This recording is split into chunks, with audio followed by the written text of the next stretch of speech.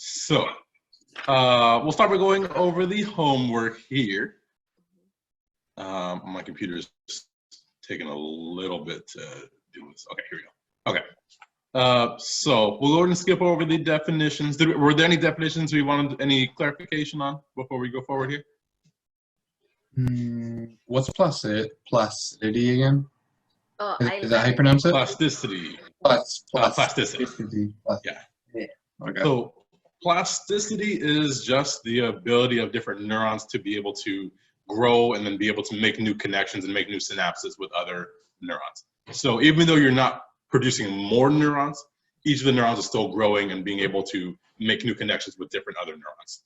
Okay. That's pretty much all it's able to do. So it's basically its ability to change over time. Okay? All right. Yeah. Cool. No problem. Any other definitions we wanted to go over? No. Nope. Okay, cool. All right, so we'll start with this diagram here. Okay, so here we're looking at the parts of a neuron, and F is referring to an entire nerve fiber here. Okay, so if we're looking at A, what structure are we looking at here?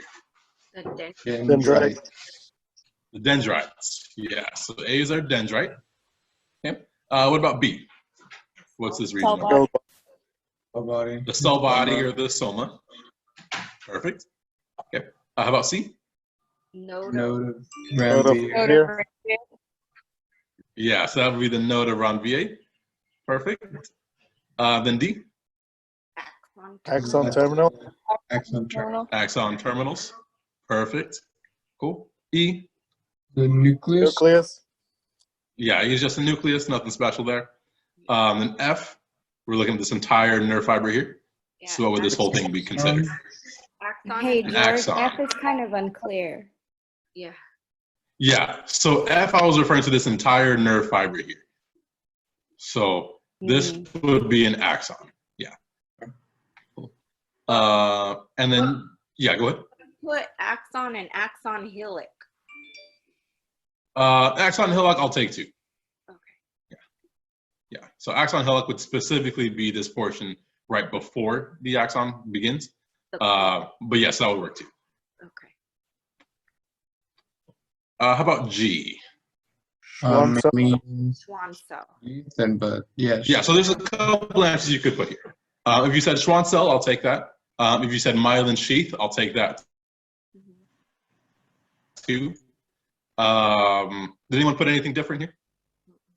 No. No. Yeah. Okay. So Schwann cell and myelin sheath, those are the 2 answers I'll take for G. And then H. It's the nucleus of nucleus.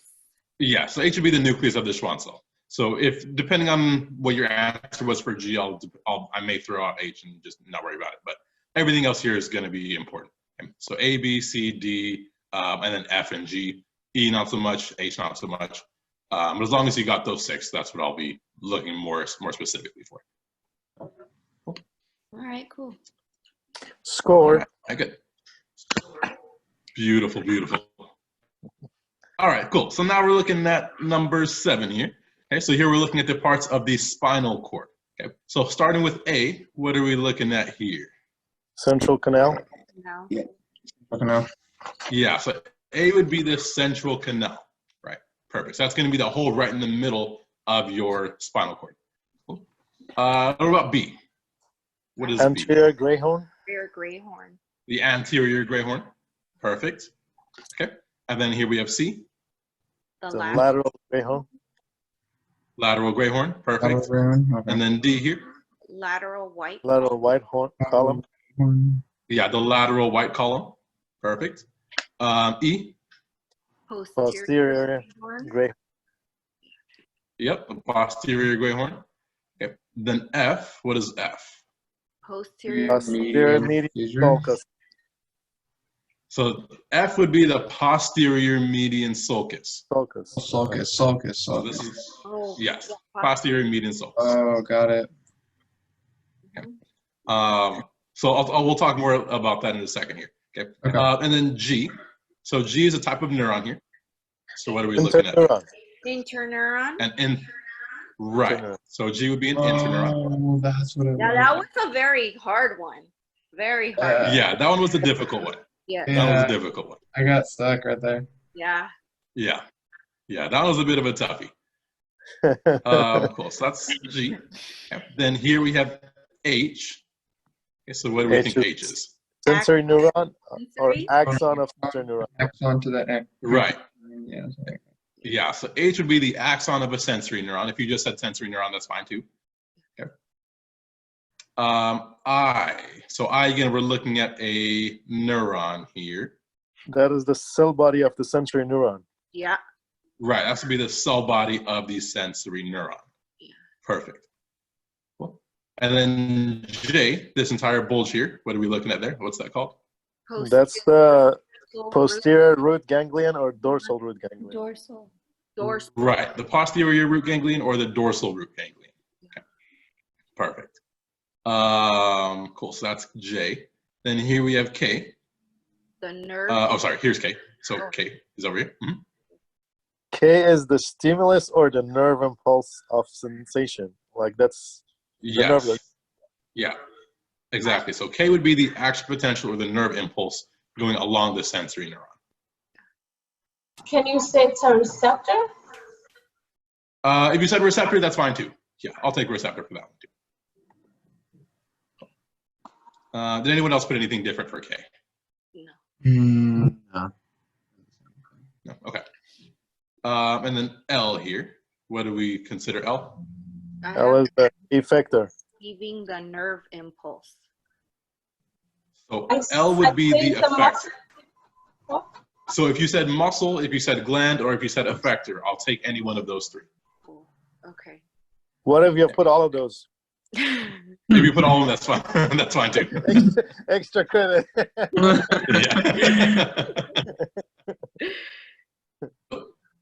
Then M is here. We have M. What's M here? Spinal nerve. Yeah, so M would be the spinal nerve. Cool. N. Okay, N is another type of neuron here. It's a motor So what would neuron. N be? Of cell N body. would be a motor neuron. Uh-huh. Yeah, or a cell body of motor neuron. Perfect. And the last one, which we have, is O. Is the anterior the what? median fissure. Yeah. Anterior median fissure. Perfect. Okay. So now a couple things I want to go over here. So number one, how do we know that this is the anterior side and not the posterior side?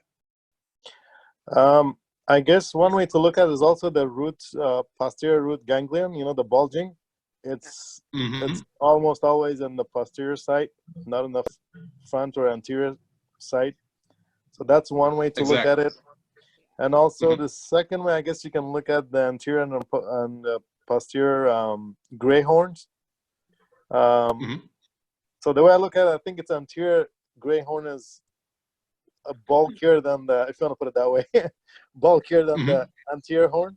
So that's another way to look at it. Yeah, I don't know what else. Yeah, so actually, I'm glad you brought that up because I think I forgot to mention that last week. So the anterior gray horn, typically it tends to be a little bit larger, a little bit bulkier than the posterior gray horn. Okay, so that's one way that you're able to kind of use to identify the anterior side and the posterior side.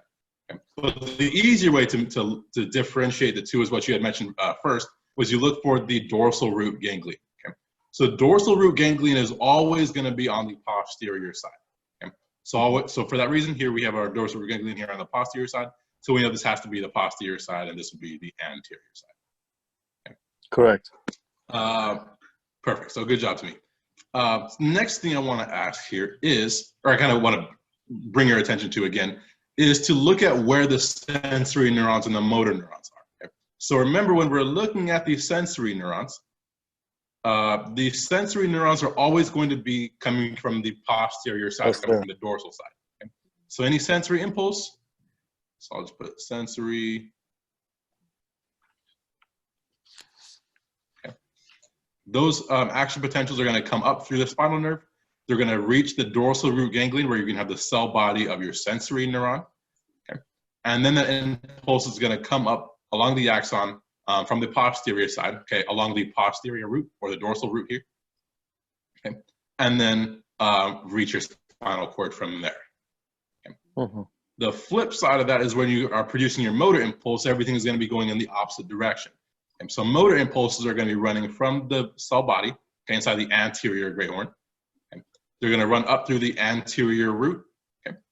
Once they move through the anterior root, then they're eventually going to reach the spinal nerve and then go out to the effector from there. So this would be a motor impulse. Okay. Okay. So sensory impulses always come up from the posterior side. Motor impulses will always come up from the anterior side of the spinal cord. Cool. Any questions on what's going on with this picture here? So the green dot, G is the interneuron? Is that what it Right. is? Yeah. So G would be the interneuron. Did not know what that was for. All righty. Cool. Alright. Okay. So that's that. All right. So now moving forward here. Okay. So question 8. Blank are the neuroglia that are involved with producing cerebrospinal fluid. Okay. So what neuroglia are responsible for this? Ependymal cells. Right, that would be the ependymal cells. So I'll go ahead and just kind of write that over here. Okay, so our ependymal cells, okay, those are responsible, okay, for producing the cerebrospinal fluid. Okay, and we'll take a look at those in lecture today, actually. What about this one? So the cerebrospinal fluid is found between the arachnoid mater and the pia mater in a space called the what? Subarachnoid space. Right, the subarachnoid space. Perfect. I think I put that and I marked it wrong. Okay, I'll take a look at it. You maybe make sure. We'll see if it was spelled wrong, maybe. But I'll take a look at it and we'll go from there. I put spaces. I didn't put space. I think that's why. Oh, okay. Yeah, that's probably what happened. Okay. Yeah. So don't worry about it. I'll go ahead and I'll fix that for you. Cool. Okay. So that's that. Okay. Then question 10. So motor impulses travel from the CNS to the blank. Another word for effector or glands. Oh, I Effector. What would the answer be? The effector. Perfect. Right. Cool. Number 11. Action potentials travel along a neuron's what? Axon. Axon. Perfect. And then the last one, question 12. The blank plexus serves the skin and muscles of the head, neck, and superior part of the shoulders and chest. Cervical. Which plexus would this be? The cervical plexus. Perfect. Okay. Any questions on any of these so far? Okay. Cool. All right, question 13. So motor neurons that supply skeletal muscles have cell bodies in the blank gray horns of the spinal cord, and their axons exit the cord via a blank root. Okay. Are they going through the anterior gray horn, or cell bodies in the anterior gray horns and exiting through the anterior root? In the anterior gray horn and exiting through the posterior root, posterior gray horn and exiting through the posterior root, or in the posterior gray horn and exiting from the anterior. Which one? The first one? First one. Anterior. The first one, right. Anterior. Exactly, which makes sense, right? If the cell bodies are going to be in the anterior gray horn, okay, then they need to exit out of the anterior root. Okay, they're not going to want to go backwards, right, in order to get to where they need to go. They're just going to exit out through the anterior root and go from there. Perfect. So motor neurons are always in the anterior gray horn, and then their axons are going to be inside the anterior root. Okay, question 14. So the conus medullaris is A, the tapering end of the spinal cord inferior to the lumbar enlargement, B, the junction between the medulla and the spinal cord, C, the inner portion of the spinal cord seen in the cross section, or D, the attachment of a spinal nerve to the spinal cord. I said the first one. The first one. The first one, right? So it's going to be the tapering end of the spinal cord. Right. So at the end of the spinal cord, it's eventually going to taper downward, kind of in a cone-like manner, and that's going to form the conus medullaris. Perfect. Okay. Question 15. So which layer of the meninges is labeled J? Okay, so this is what we're looking at here. Is this the dura mater, the arachnoid mater, the pia mater, or none of the above? Dura mater. The dura mater. Right. This would be the dura mater. right? So the dura mater is always going to be the outermost region, okay? And then if we were looking at this one here, okay, this one labeled I, which layer would this be? It's the arachnoid. Right. The arachnoid mater, perfect. And then this region labeled H, what would Here. that be? The pia mater, perfect. Perfect. Okay, question so far on any of these three? No, okay, cool. All right, question 16. So which structure of the neuron will contain the greatest number of neurotransmitter receptors? Is the dendrites, the nissl body, the axon hillock, or the cell body? I said the dendrite. The dendrites, correct. Yeah, so the dendrites are going to have the most neurotransmitter receptors, okay, which again kind of makes sense here, because if we were to draw out our neurons, so I'll just draw one neuron here, this is its dendrites, something like that. Sorry, this is an ugly neuron. So this is it here, and I'll just kind of draw out one big axon terminal. Here we have another, actually let me do this in a different color. Here we have another, let's kind of draw this way. Okay, those are some more dendrites. Okay, and then here's the rest of its axon and so on and so forth. Okay, so if this neuron needs to communicate with this axon, it's going to be releasing a bunch of neurotransmitters. Okay, so it's going to be releasing neurotransmitters. Okay, and in order for these neurotransmitters to act, they are going to need to bind to receptors specifically on the dendrites. Okay. And so the receptors will be found on the dendrites. Okay. So yeah, that's perfect. One thing I do want to also bring up, and this was something that I saw happen in the lab 10, was a lot of people, there was one question that asked about, are dendrites going to be involved with receiving information and where they're going, or sending information, and where's that information going to be going? Okay, so actually let's kind of break that apart. So number one, do dendrites receive impulses or do they send impulses? They receive. Or produce impulses? They receive the impulse. Right, they're going to be receiving impulses, right? Yeah. So they're going to be receiving impulses. Then the second thing, are they going to be receiving impulses from the cell body, or are they going to be receiving it from the axon? From the axon. From the Right, they're body. They're going to be receiving those impulses from the axon, okay, specifically from the previous axon terminal. Yeah. So a lot of people in the labs were saying that the dendrites receive impulses from the cell body, okay, which is not true. Okay? They're going to be receiving impulses from the previous axon. Okay. So that's that, and I think that might have been just been like the wording was kind of similar for two answers, but just want to kind of go over it just to be clear here. Okay. Does that make sense? Yeah. Yeah, definitely. Okay. Cool. All right, good. All right, so that's that. Then we get to question 17. So 17 says, how do oligodendrocytes and Schwann cells differ? Okay. So oligodendrocytes produce myelin sheaths in the CNS, while Schwann cells produce myelin sheaths in the PNS. We have B, oligodendrocytes help to maintain an appropriate chemical environment for nerve impulses, and Schwann cells produce myelin sheaths in the CNS and the PNS. C, oligodendrocytes are involved in producing cerebrospinal fluid, and Schwann cells transfer nutrients and exchange materials with the cell body of the neuron in the PNS. Or D, oligodendrocytes produce myelin sheaths in the PNS, while Schwann cells will eliminate microbes in the CNS. Which one is true? That's the first one. Right, it's going to be the first one. Oligodendrocytes. So oligodendrocytes, they're going to be producing myelin sheaths in the CNS, while Schwann cells will produce myelin sheaths in the PNS. Okay, so both of them are going to be producing myelin, but they're going to be acting in different places. Okay? Yeah. So specifically, oligodendrocytes are going to be working specifically in the brain and the spinal cord, okay? Inside the central nervous system. The Schwann cells will be producing myelin pretty much around all the spinal nerves and all the cranial nerves, okay? Which are inside the peripheral nervous system. Cool. Okay, any questions so far? No. No? Okay. All right, coolio. All right, so now we get to question 18. So question 18 asks us to describe the events at a chemical synapse that allow an action potential to propagate from one neuron to the next. Okay.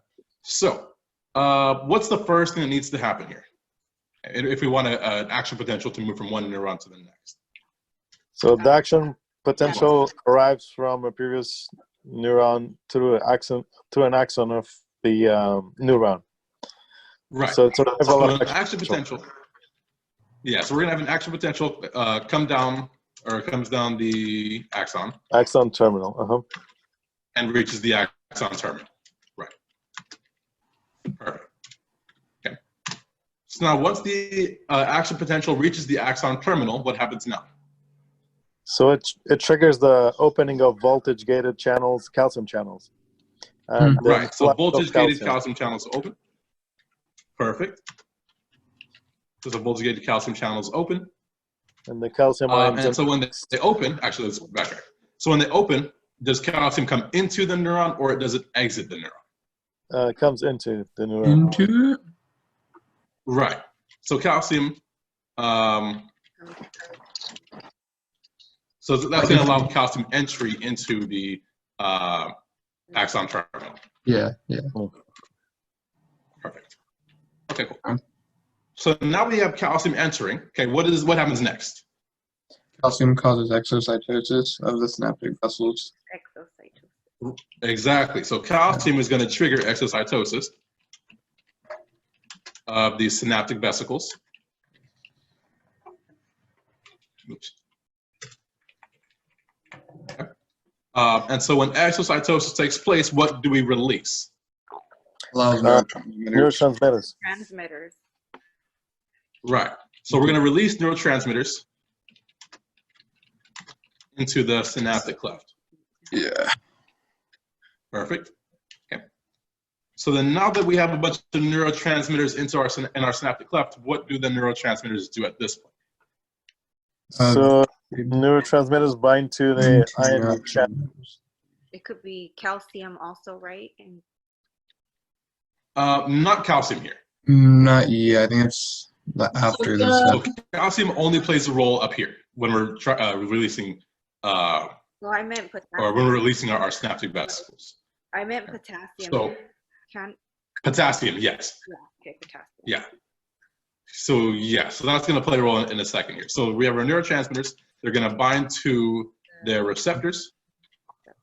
And then from there, the receptors are going to open up and they're going to begin acting as ion channels. Yep. There we go.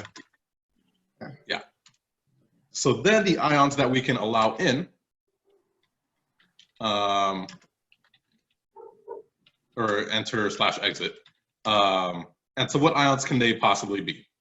We heard potassium from Priscilla. Okay. What other ions can also play a role here? Would you say, Elijah? Sodium. So we can have sodium or chlorine. And chloride, right. And chloride. So any one of those ions can play a role in allowing an action potential to either take place or stop. Okay. But specifically here, if we want an action potential to continue, okay, we're going to want sodium to flow in. Mm-hmm. That's going to be our main guy here. Okay. And so as we have sodium enter, that is going to be what triggers, or let me actually say this. Let me backtrack. So these receptors are going to be on the postsynaptic neuron, right? So they're going to be on the postsynaptic neuron. So the sodium is going to enter the postsynaptic neuron, in this case, okay.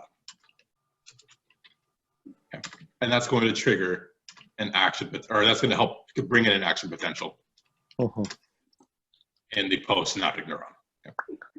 And then you just keep going through this whole process all over again. Cool. Any questions on this process here of what happens at a synapse? No. Okay, so again, we're going to start with an action potential that comes down the axon, and it's going to reach the axon terminal. Okay, that's going to cause the voltage-gated calcium channels to open.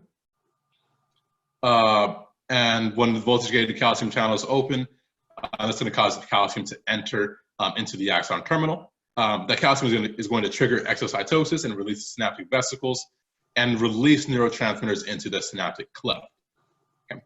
From there, the neurotransmitters will then bind onto receptors on the postsynaptic neuron. Okay. And remember, these receptors are going to be on the postsynaptic neurons' dendrites, okay, typically. Okay. Once those neurotransmitters bind, they're going to cause the receptors to open up, and when they open, they're going to begin acting as ion channels. And then from there, sodium, potassium, and chloride can enter the cell and either trigger an action potential or stop an action potential. Cool. Everyone feel okay with this process here? Mhm.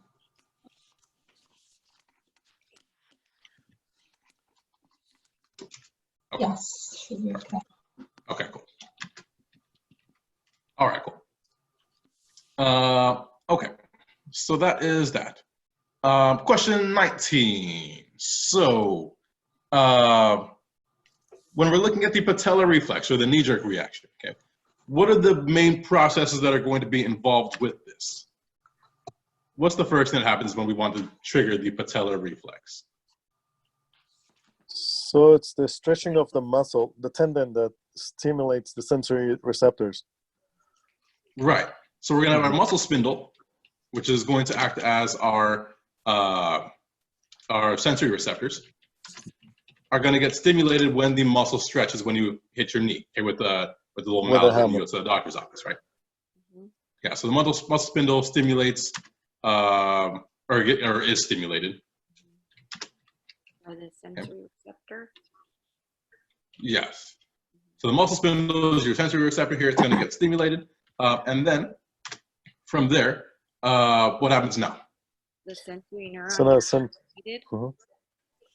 Right, so we're going to have a sensory neuron that gets activated, and it's going to start sending an action potential to the brain or to the spinal cord. To the spinal cord. Right, to the spinal cord. Perfect. So sensory neuron is going to send an action potential to the spinal cord. Okay. Once that action potential reaches the spinal cord, okay, what happens now? It's processed in the integrating center. Yes, so that action potential is going to get processed, or that information is going to get processed in the integrating center. Okay. So I'm just asking about step 2. Do we also have action potential going to the brain at this stage? Yes. So it does. So once it reaches the spinal cord, there's going to be some information that gets processed directly in the spinal cord itself, and then from there, some of that information is then going to get directed to the brain as well. Okay. But the brain happens like a fraction of a second later. Okay. Yeah. Cool. Okay. So we have our action potential that gets processed in the integrating center, okay. And so that's going to be where we're going to have our interneurons being activated here. So once we have our interneurons become activated, what are they going to do now? The motor neuron gets excited and takes action, and that would be the knee jerk. Right. So the interneuron is going to communicate with the muscle, the motor neuron, right? Motor neuron. Communicates with the motor neuron. And then from there, that motor neuron will then stimulate the muscle. Okay. Stimulates the muscle to contract. In this case, the muscle would be the quadriceps. Quadriceps. Cool. Any questions on this process here?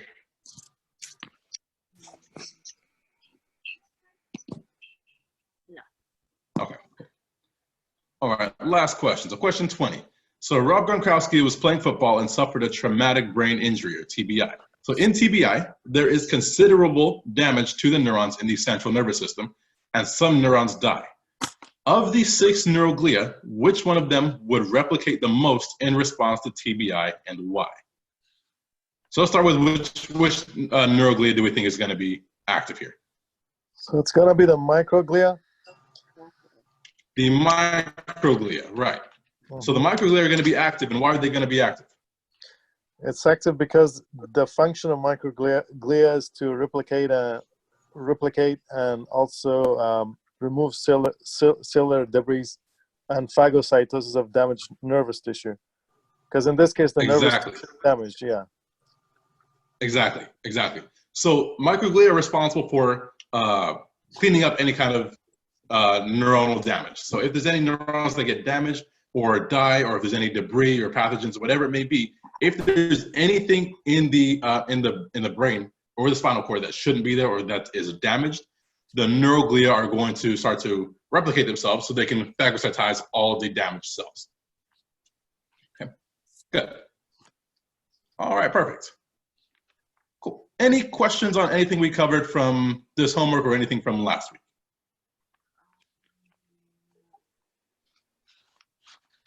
No. All right, cool. Good. Okay, so if there's no questions, we got a few announcements here. So first things first, and I wanted to kind of bring guys this attention, bring this to your attention now, but we are going to have our career essay that's going to be due at the end of the semester.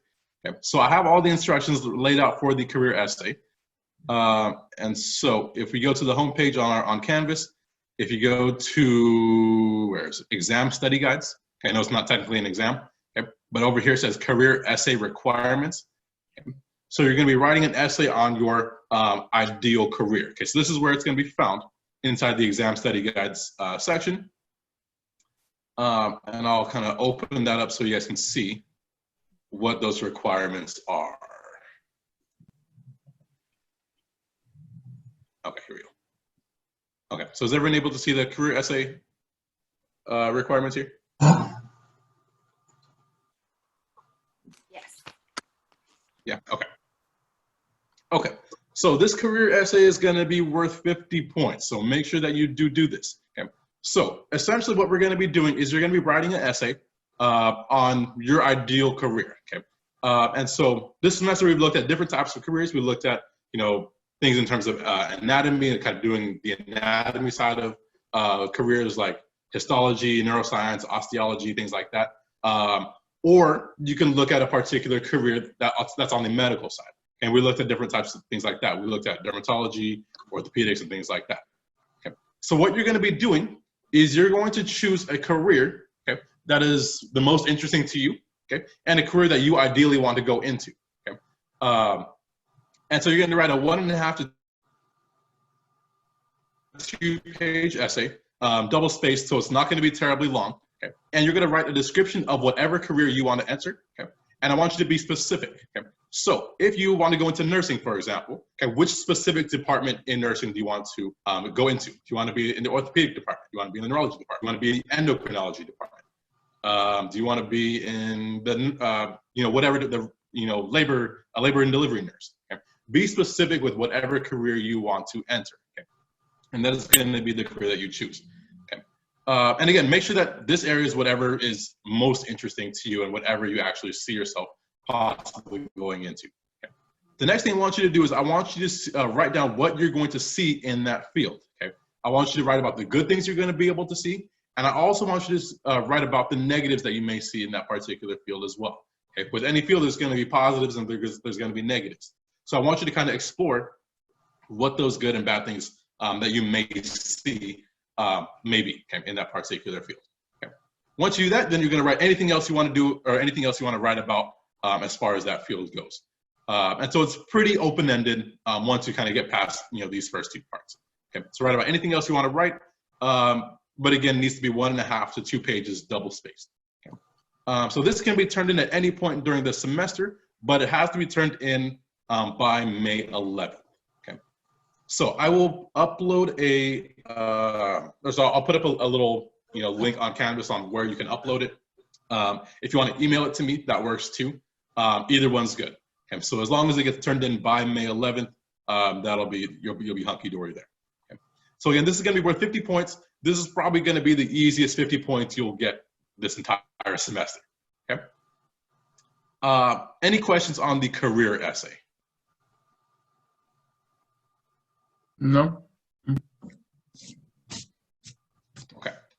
So like I said, this will be due, I think you have about 4 weeks at this point. Like I said, 1.5 to 2 pages, just get it done and complete it at any point during the semester. But again, it needs to be turned in by May 11th. So I'll give us a few reminders throughout the semester to make sure that you guys keep that in mind too. Okay, that's number 1. Number 2 is that this week for lab, okay, we're just going to be working on chapter 18, so that's going to be just the brain. So there's only going to be 1 lab that's going to be due. Okay. What you'll be doing for part of the lab is you're going to be looking at a brain dissection, which we would have had a chance to do if we were still together in lecture, but unfortunately we can't do that, which sucks. So this is really cool. But you'll be watching a YouTube video on how to do, or what a brain dissection would look like, and the different parts of the brain. And then you'll be kind of answering the questions inside the lab as well. So that's up on Canvas. Because we're going to be doing that throughout this week, you don't need to worry about turning anything in kind of in 2 sections. Just turn everything in all at once. Okay. Cool. Does that make sense? Yeah. Cool. Okay. That's that. So that's the lab. Next Monday, we're going to have lab practical number 3. Okay. So this upcoming lab is going to be the last lab before the lab practical. Okay. So lab practical number 3 is going to work exactly the same way as lab practical 2 did. I'll upload a PowerPoint of lab practical 3 in a PDF file. Okay. And then there's also going to be the answer sheet already posted. So all you need to do is just submit it, just like we did last time, and then you'll be good to go there. Okay. So again, that'll be next Monday, and then exam 4 will be the following Monday. Okay. So lab practical 3 next Monday. 2 weeks from today, we'll have exam 4. Cool. All right. That was a lot of announcements. Any questions on what's going on so far? Okay. So I will send all this out into an email just so that you guys all have that available to you. In the meantime, though, we're going to go ahead and start on chapter 18. Okay. So, is everyone's able to see the PowerPoint? Yeah. Yes. Okay, perfect. Okay, so today we're going to be working on chapter 18. So last week we looked at the nervous tissue. And so we looked at how, all the neurons are built and how they're able to work and how they're able to produce action potentials. And then we looked at how the spinal nerves work. Okay, there's the spinal cord itself and the spinal nerves. So we looked at part of the central nervous system, and then we looked at one part of the peripheral nervous system as well. Today we're going to be looking at the counterparts to the central nervous system and the peripheral nervous system. Okay, we're going to be looking at the brain, which is the other part of the central nervous system. And then we're going to be looking at the cranial nerves, which are the other part of the peripheral nervous system. Okay.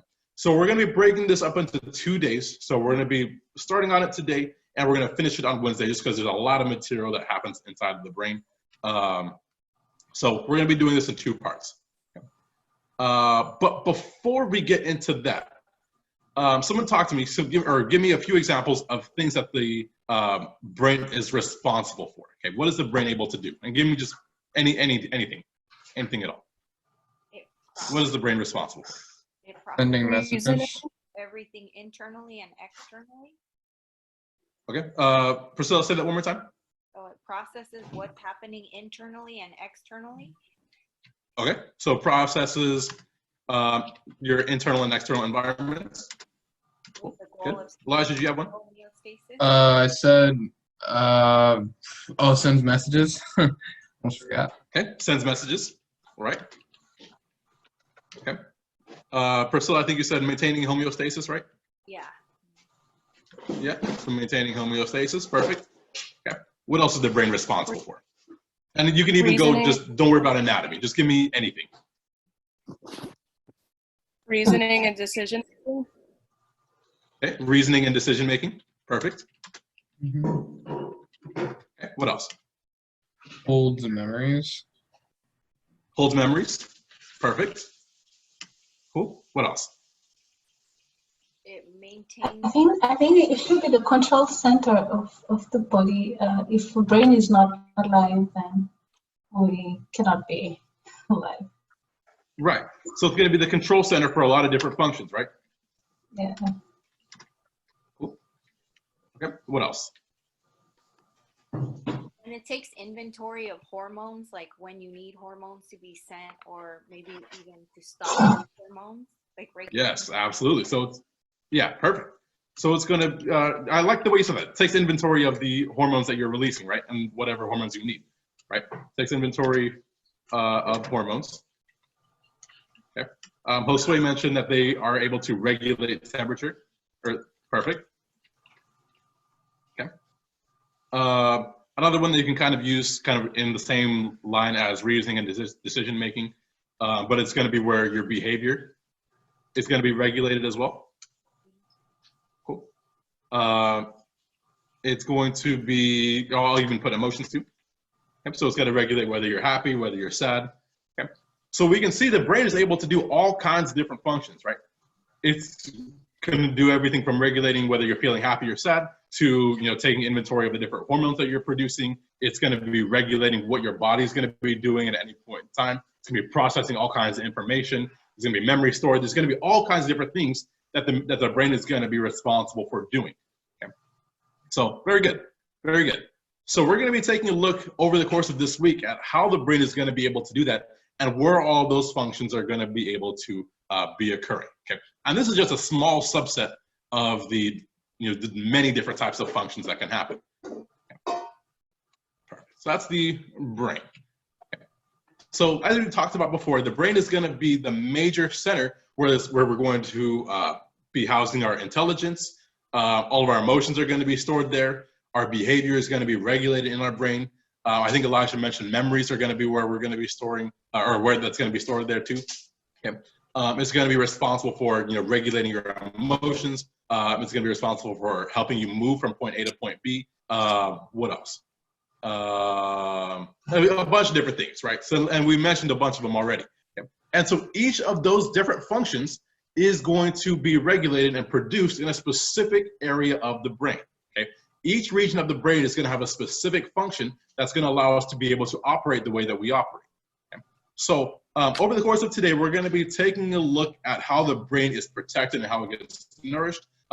Today and Wednesday, we're going to be looking at the different functions that happen in the brain and where exactly they take place. Okay. And then we're going to be looking at how the spinal cord and the cranial nerves are going to be able to connect the brain, the spinal cord, and the rest of the body all to one another. Okay. So that's our goal for today. So as we can see, the brain is going to be a pretty busy organ. Okay, so before we get into the structures of the brain, we're first going to take a look at how the brain is going to develop. Okay? So if we go way back to chapter 4 from the beginning of this semester, one of the things that we saw was that the brain and the spinal cord, our central nervous system, are going to develop from a structure called the neural tube. Okay?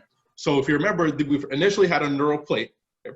Then that neural plate ends up folding, and as it continues to fold, it eventually fuses to form a neural tube. Okay? That neural tube eventually will become our central nervous system, okay, our brain and our spinal cord. Okay.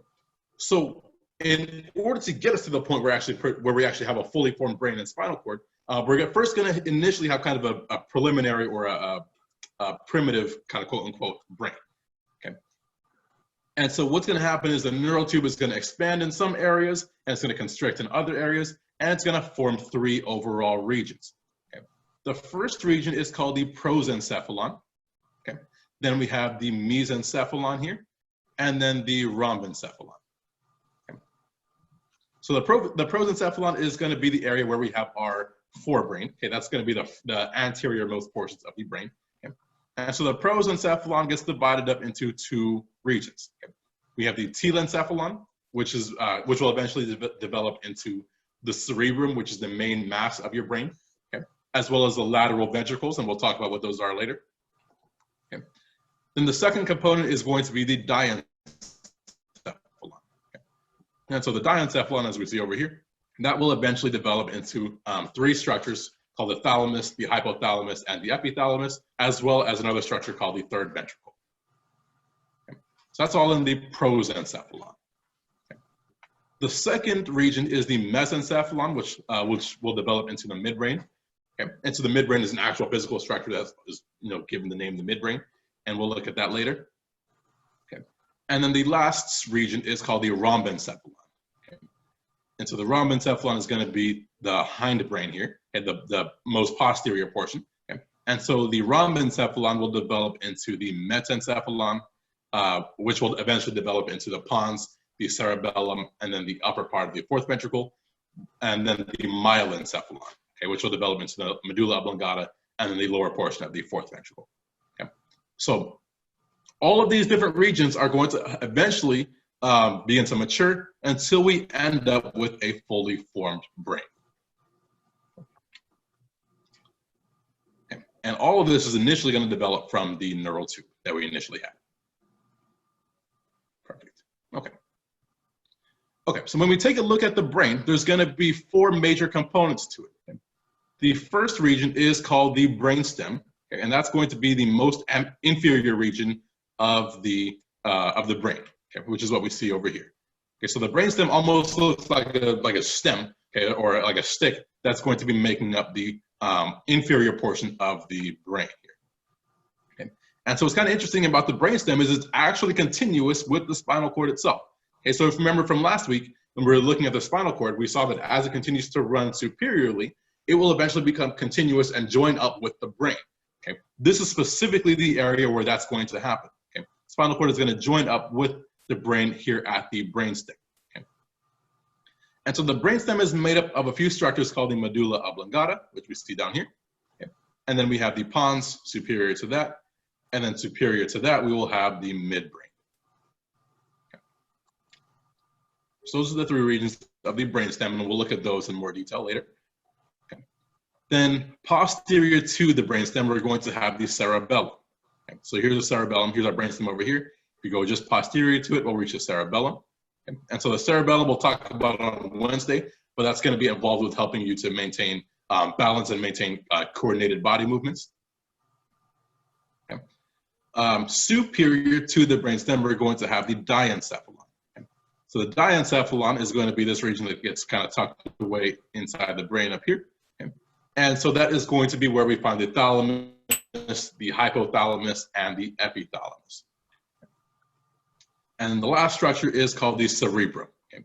So the cerebrum is kind of the major mass of the brain that we normally kind of consider the brain here. Okay. So the cerebrum is the largest part of the brain, and it's going to be made up of all these different folds and whatnot.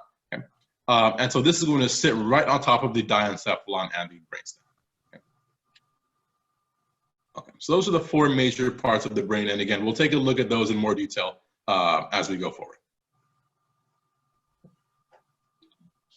Okay, any questions so far on the different parts of the brain? I know we just introduced it, but any other questions here? Okay. All right, so as we know, the brain is a very, very important organ, right? We just saw how many different functions the brain needs to be able to do. Okay? And again, we just scratched the surface on the different organs or the different functions of the brain. Okay? Now, because the brain is so incredibly important to the overall functioning of an organism, okay, it needs to be protected to a great degree. Okay? And so we're gonna have 4 different structures that are going to help to protect the brain. The first one is the cranium, or your skull. Okay? And so your skull is going to be able to physically protect the brain. Okay? We're not going to worry too much about that. We kind of went over that in a pretty good amount of detail earlier in the semester. Okay? The second one are going to be the cranial meninges. Okay? We're going to find our cerebrospinal fluid, and then the blood-brain barrier. Okay? So all 4 of these are going to perform different roles to help protect the brain and keep it, working intact. And again, the brain is a very, very delicate structure, so it needs all kinds of different protection in order to make sure that it's able to operate the way it needs to operate and keep us alive and keep us functioning. Okay, so we're going to take a look at the meninges first. Okay? And so with the meninges, we saw that last week that we're going to have the dura mater, the arachnoid mater, and the pia mater. Okay? And so the spinal meninges are going to be continuous and join up with the cranial meninges, where again, we're gonna have the same 3 layers, the dura mater, the arachnoid mater, and the pia mater. Okay? However, in the brain, there's a little bit of a difference here. Okay? So when we're looking at the dura mater, so here we have the dura mater over here. Okay? And then again, deep to that, we have the arachnoid mater, and then deep to that, we eventually have the pia mater, okay, which is up against the brain. Okay? But the dura mater is actually gonna be divided up into 3 different extensions. Okay? The first extension is called the falx cerebri. And so the falx cerebri is going to be this extension of the dura mater that actually will separate the cerebrum into two hemispheres. Okay, it's the left hemisphere and the right hemisphere. Okay? And so essentially just divide it into two halves. That's going to be the falx cerebri. Okay? The second extension is called the falx cerebelli. Okay? And so the falx cerebelli actually separates the two hemispheres of the cerebellum. Okay? So remember, the cerebellum is going to be the smaller structure on the posterior side of the brain. Okay? It's also going to have two hemispheres, and it's going to be divided up by the falx cerebelli. Okay? And the last structure is called the tentorium cerebelli, and that separates the cerebrum from the cerebellum inferior to it. Okay? So it's going to help to kind of separate those two structures there, and that's what we see here. Okay? So these are all extensions of the dura mater itself. Okay, so again, here we have the dura mater, we have the falx cerebri, okay, and then again, deep to that, you would have the arachnoid mater and the pia mater. The falx cerebelli would separate the two hemispheres of the cerebellum, and then the tentorium cerebelli would separate the cerebrum from the cerebellum. So those are the meninges. Okay? So everything is exactly the same, except here, the cranial meninges will have these three extensions. The spinal meninges do not. Okay, so this is just a larger picture to kind of help you see where everything's happening here. Okay. And again, larger picture. Here, this is what it would look like in a cadaver. So if you were to actually cut open the skull and cut into the brain, you would see the dura mater up here. Okay. And then you can kind of see that it's going to have these extensions. Okay. And this extension right down the middle would be your falx cerebri. Okay. Again, separating the cerebrum into those two hemispheres. Okay, any questions on the meninges? Okay. So now the second structure is going to be the cerebrospinal fluid. Okay, so the cerebrospinal fluid is a fluid that we've already seen last week. And so as we saw, it's a pretty clear and colorless fluid, but it's going to have a very important role in protecting the nervous tissue, and especially a really important role when it comes to protecting the brain. So it's going to actually be able to protect the brain and the spinal cord from both physical and chemical injuries and make sure that the brain and spinal cord are protected. Now here, when we're specifically looking in terms of the brain, it's going to be able to perform the same type of functions, okay? Be able to protect it physically and then give it the chemical necessities in order to continue working the way it needs to work. Okay? To do so, it's going to have lots of different types of chemicals like oxygen, glucose, and ions, and different white blood cells. Okay, all of those are going to be important to make sure that the neurons inside the brain are able to operate the way they need to operate. Okay. And then the white blood cells, again, will help to kind of clean everything up and make sure that there's nothing in the brain that shouldn't be there. Okay, then as we see, the cerebrospinal fluid is going to circulate throughout different cavities in the brain, as well as through the subarachnoid space surrounding both the brain and the spinal cord. So we're going to take a look at how we're going to produce our cerebrospinal fluid here. But before we get into that, we're going to take a little bit more of an in-depth look at the functions. Okay? So the first function of the cerebrospinal fluid has to do with mechanical or physical protection. Okay? So the CSF is going to act as a shock absorber. Okay? And so it's going to help to kind of cushion the brain in terms of any kind of if there's a situation where there's any kind of blunt trauma to the brain. Okay, so for example, has anyone ever gone like walking down the street and then you don't see a light post and then all of a sudden you walk into the light post and you smack your head on it, right? Hurts quite a bit if you run into a light post head first. Well, the cerebrospinal fluid is useful because if we did not have that cerebrospinal fluid there, what would happen is the brain, because of the momentum and the inertia, would run directly into the front side of your skull. Okay, and remember, the brain is a very, very delicate tissue. Okay, we don't want the brain to be running into anything or enduring any kind of physical trauma. Okay, and so what the cerebrospinal fluid does is it holds the brain in place and kind of keeps it from moving anywhere. Kind of acts as a shock absorber and acts as a cushion. Okay, so again, without that there, okay, we would have lots of different types of trauma to the brain. If we were to just jump up and down, our brain would be running up and hitting our skull over and over. Okay, if we got kind of crazy, we started to do like this, okay, we'd be causing all kinds of brain damage. Okay, we don't want any of that to happen, and so the cerebrospinal fluid helps to actually make sure that the brain stays where it's supposed to stay and protects it from hitting the walls of the cranium. Okay? So that's the most important role in acting as a physical and a cushion to the brain. Okay, does that make sense? So let me start there. Yes, that's the mechanical protection, right? Yeah, so that's the mechanical protection. Okay. Cool. Okay, so that's mechanical protection. Number 2 is going to be the chemical protection. Okay, so the cerebrospinal fluid is going to have lots of different types of ions and chemicals, like glucose and things like that, to help make sure that the chemical environment around all the neurons is actually appropriate for helping to produce action potentials. Okay, without the cerebrospinal fluid there, it would be a lot harder to make sure that you have all the ions necessary to begin an action potential. Okay. So it's going to help with chemical protection of the brain there. Okay.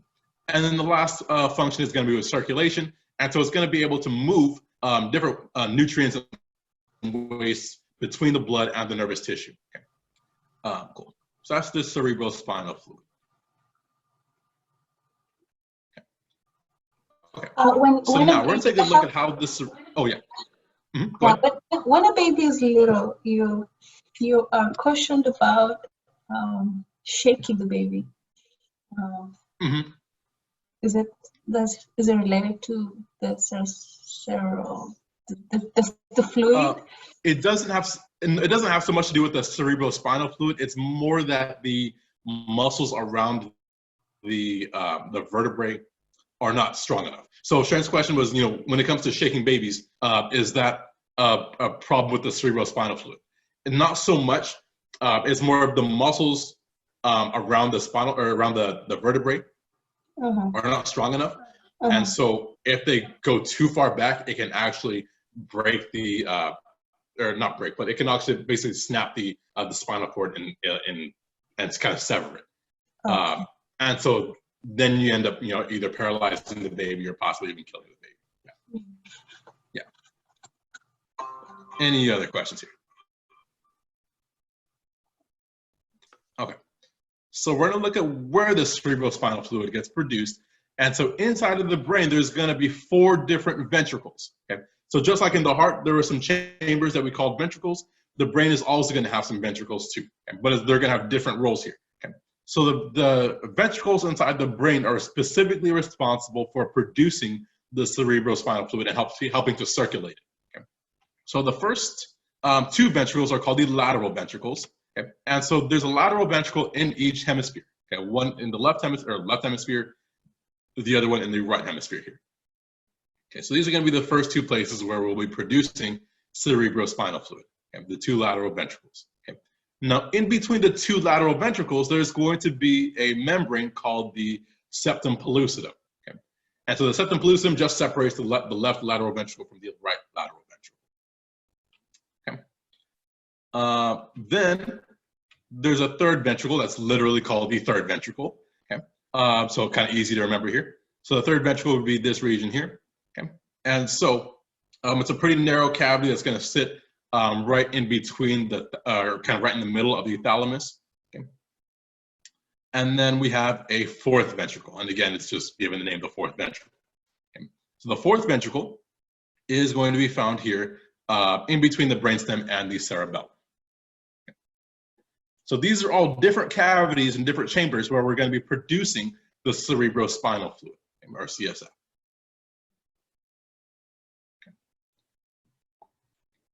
Okay, so this is just a lateral view. Again, here you would see the 2 lateral ventricles here. Then we have the 3rd ventricle just inferior to that. And as you continue to run even further inferior, we eventually will reach our 4th ventricle. Cool. Okay. Now, all of these ventricles are going to be lined by a specific kind of modified set of capillaries. Okay? These capillaries are called the choroid plexus. So the choroid plexus is going to line, or is going to be a network of capillaries that's going to line the walls of all of these ventricles. And this is going to be where the cerebrospinal fluid will be coming from. Okay.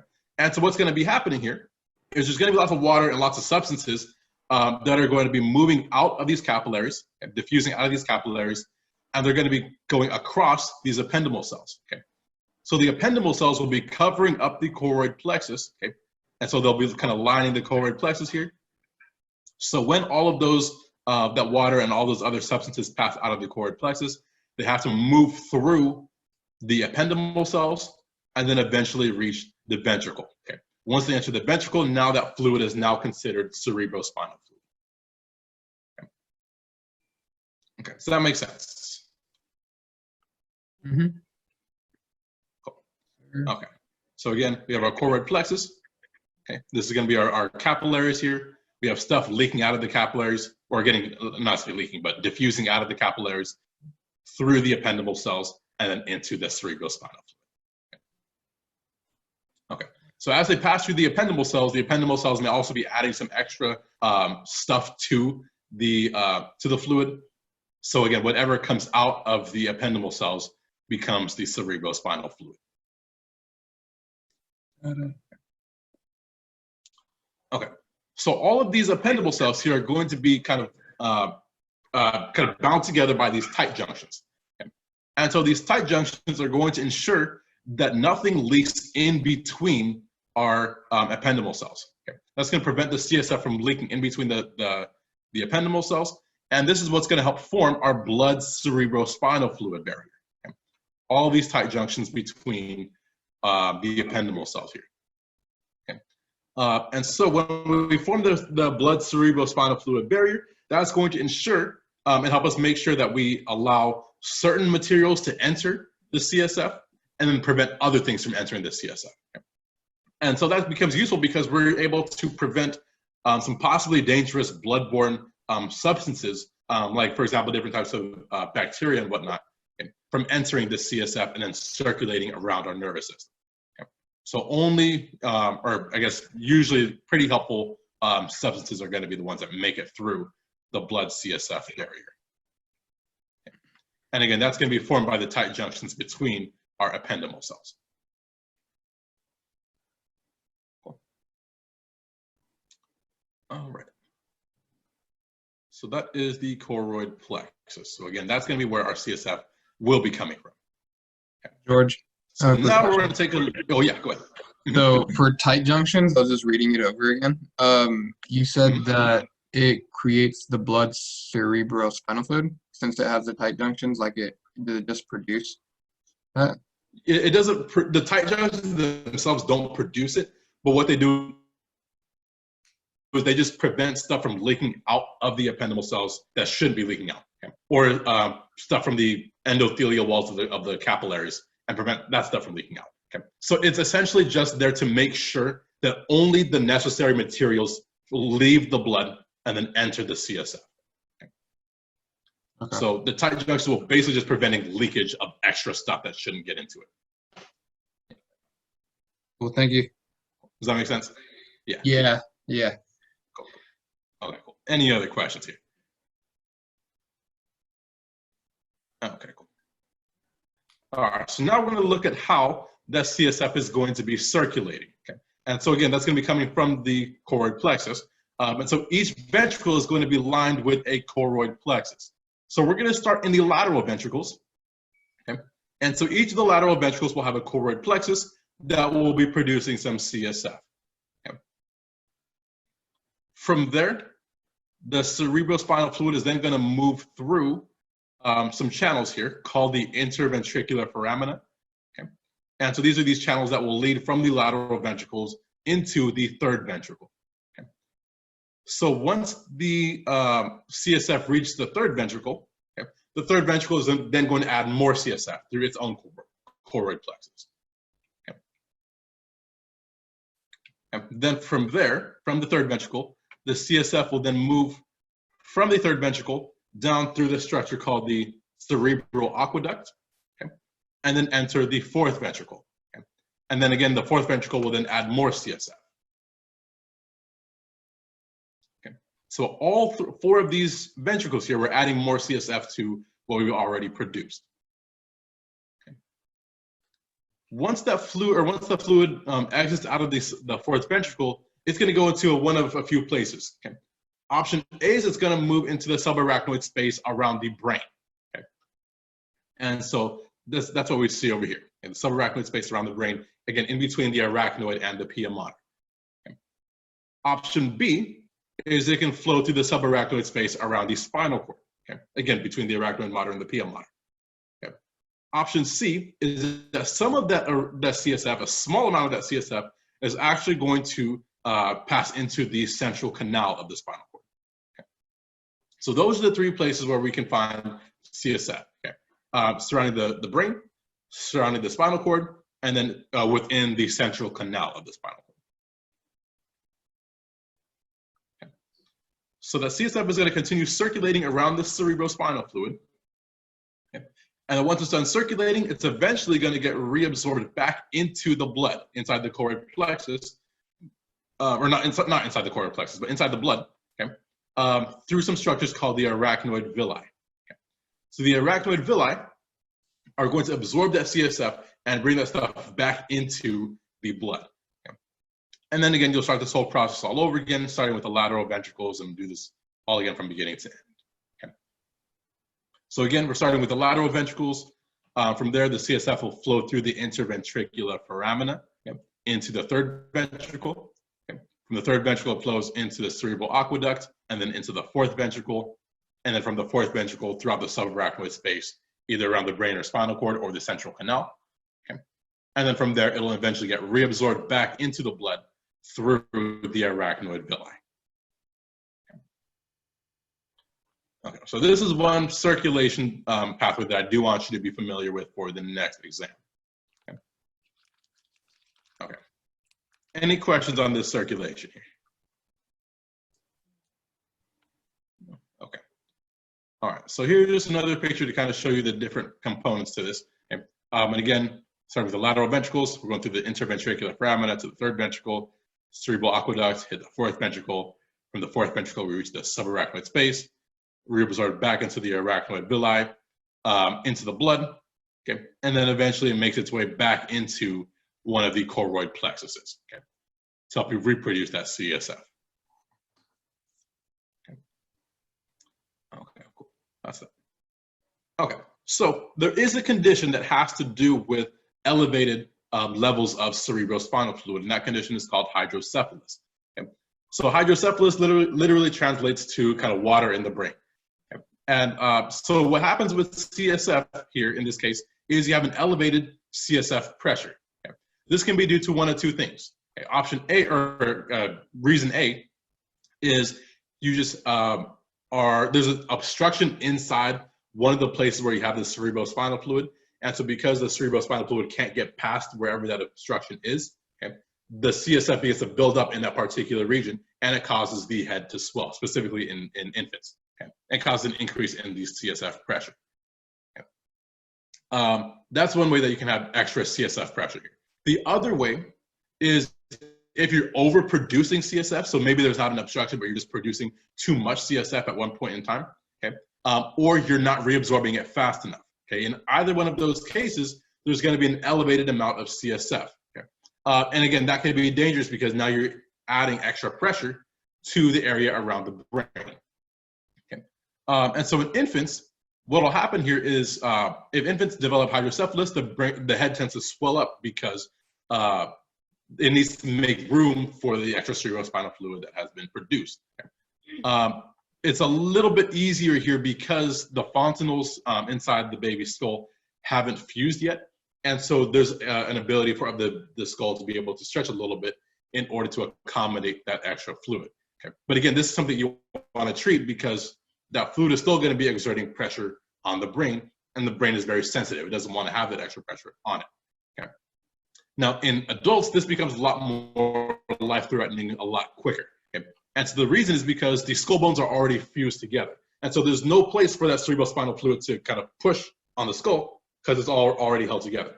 The only way, or the only direction that pressure can go is to begin compressing the brain here. Okay.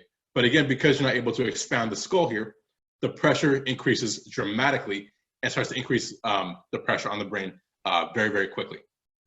Okay. And so this can be due to a number of reasons. It can be due to a head injury or meningitis, or it can be due to a subarachnoid hemorrhage. But in order to treat this, regardless of whether you're looking at an infant or an adult, ideally you want to drain the extra cerebrospinal fluid. Okay? And then by doing that, you're able to kind of reduce the amount of fluid present and then ease the pressure on the brain. Okay? So this is one thing that can become very serious in adults. In infants, it's still very serious, but there's a little bit of more of a time frame to kind of deal with this.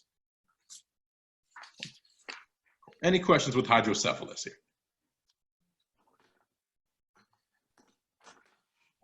Okay. All right, so that's hydrocephalus. Okay, so that's the cerebrospinal fluid. That's going to be one area where we're able to, or the second, or third, I guess, area where we're going to be able to protect the brain. Okay, we have the skull, we have the meninges, and then we have the cerebrospinal fluid. Okay, the last structure that's going to help us protect the brain is the blood, and we'll look at the blood in a little bit of detail and then look specifically at where the protection actually comes in here. Okay, now when we're looking at the brain only accounts for about 2% of the whole body's weight. Okay. However, it's going to be taking up about 20% of the total blood flow. Okay, because it needs about 20% of oxygen and glucose in order to operate. Okay. And so one of the reasons that it's going to be able to require so much oxygen and so much glucose is because there's so many neurons inside the brain. Okay. As we looked at last week, there's about 100 billion neurons inside of the brain. Okay, that's number one. Okay. Now, what's really crazy is that each of those neurons synapses with about 1,000 other neurons. Okay. And so the number of synapses just within the brain, it's kind of actually been estimated. The number of synapses in the brain is actually more than the amount of stars in our galaxy. Okay, which is freaking mind-blowing if you think about it, right? And all these neurons are all constantly working. Okay. They all are going to be constantly working in order to make sure that, again, your brain is able to do everything that it needs to be able to do. Okay? Because it's going to be constantly working, constantly active, it needs a lot of oxygen and a lot of glucose in order to make itself be able to work.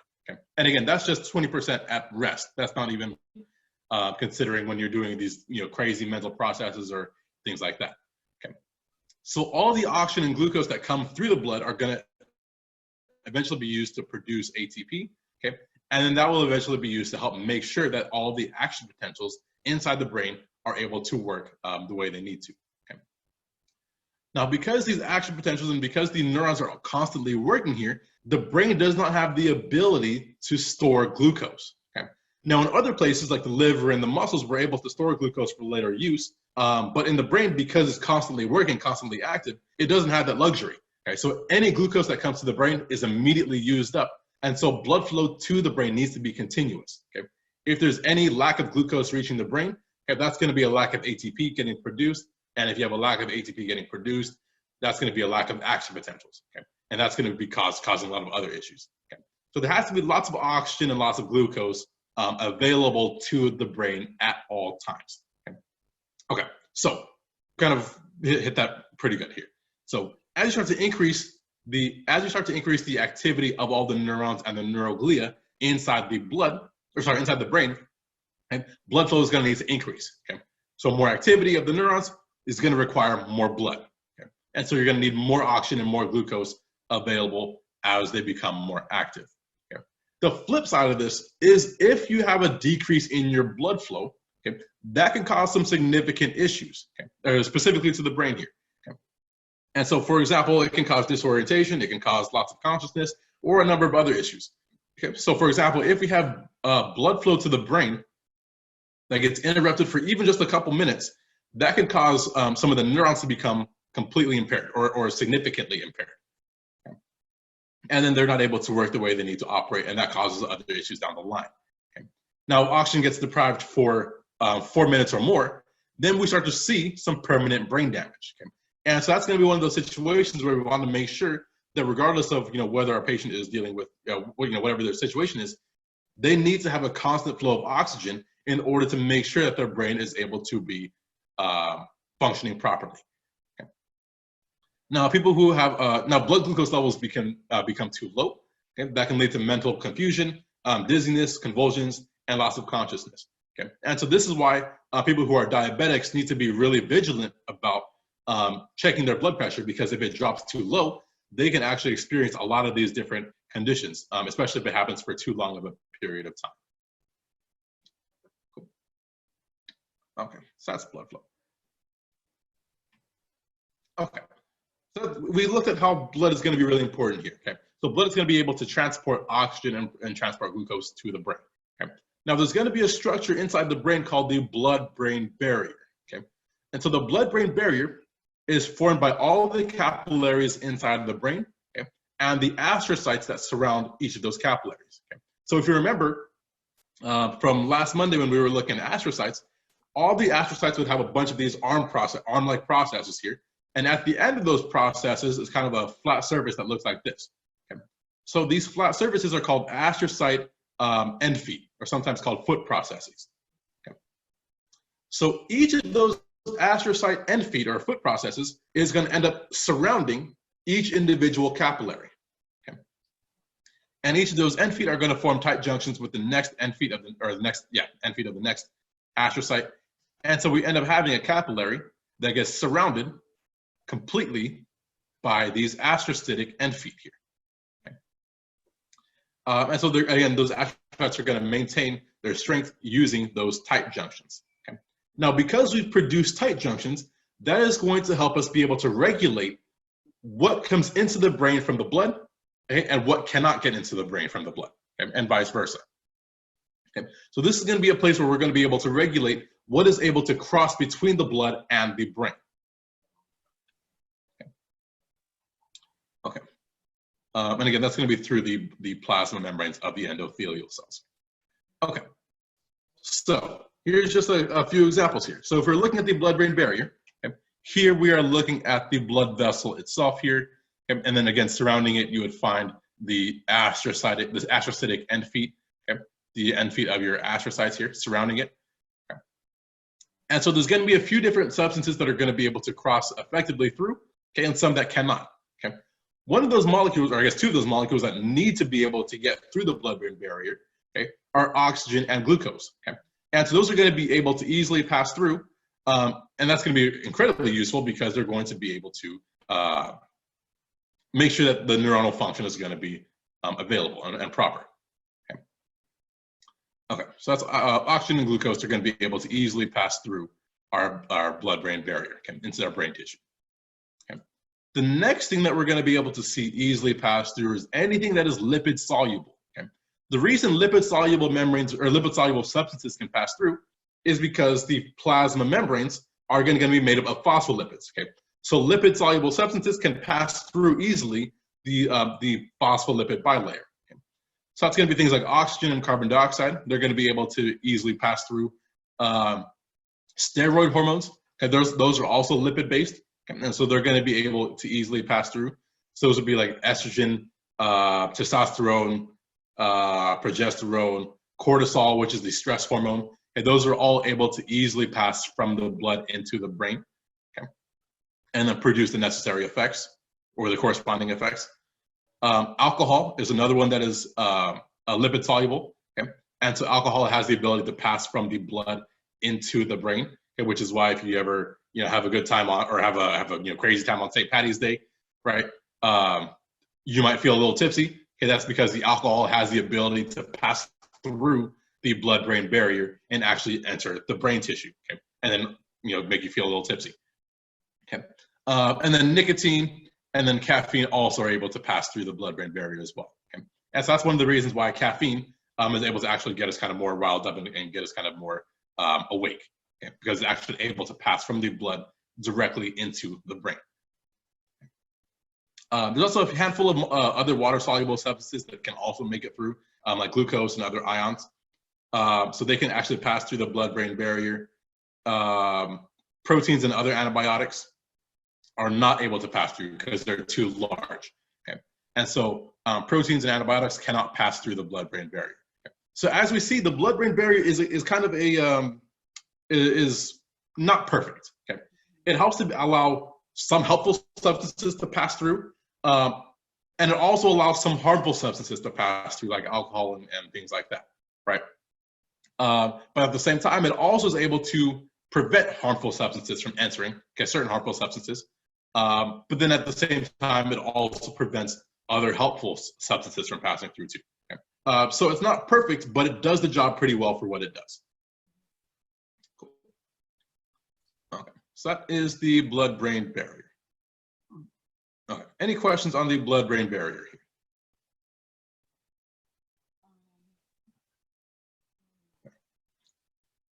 I thought I remember hearing that when people have brain cancer, it was hard to find treatments because of the blood-brain barrier.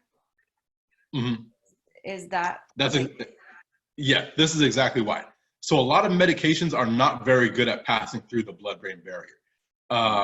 And so that's one of the reasons why it's very difficult. So Priscilla's question was, why is it so difficult to come up with a treatment for brain tumors and brain cancer? Part of it is because of the blood-brain barrier itself. And so the blood-brain barrier is so good at its job that it actually prevents a lot of antibiotics and a lot of kind of treatments from being able to pass through the barrier. And so that's what kind of makes it difficult to be able to treat things like that. Yeah. Do you think in the future that eventually they could find treatments to sneak in with things that the blood-brain barrier allows to go in? Yeah, I'm sure they will. I'm sure they will. I know there are scientists who are working on it even now.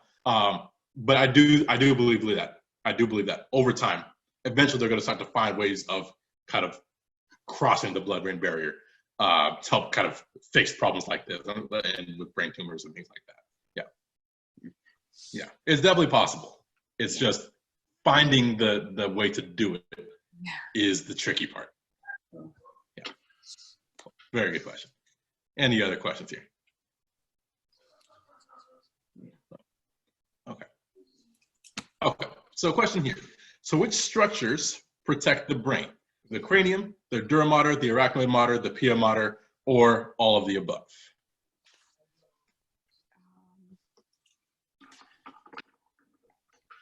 I would say, wouldn't they be all of the above? I'm hearing all of the above. Yeah. Do we agree with that one? Anyone agree? Anyone disagree? Maybe all the above, E. Yeah, I agree with Priscilla. Yes. Yeah, absolutely. So all of them are responsible for protecting the brain. Right? So the cranium is going to act as a physical protection in terms of the skull. And then, like we saw, the dura mater, the arachnoid mater, and the pia mater are all going to surround and protect the brain as well. Perfect. Okay, next one. So which of the following is true? We have A, the falx cerebri separates the two hemispheres of the cerebrum. B, the falx cerebelli separates the two hemispheres of the cerebellum. C, the tentorium cerebelli separates the cerebrum from the cerebellum. D, the falx cerebri is an extension of the dura mater. Or E, all of these are true. Is it A? Did you say A? I said A. I thought it was. What do we think here? Yeah, possible. I'm thinking right now. All the choice. All right, so Josue says E. Oh, wait. Anyone agree? Anyone disagree? I think it's A. Oh, Maybe. yeah. So the answer is E. All of these are true.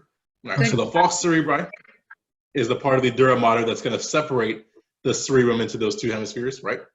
Mm-hmm. The falx cerebelli is going to be the part of the dura mater that separates the two hemispheres of the cerebellum. Okay. The tentorium cerebelli will separate the cerebrum from the cerebellum, and then, as you saw, the falx cerebri is part of the dura mater too. So all of these are true. Perfect. Okay. Good job, Josue. Nice, nice, very good, very good.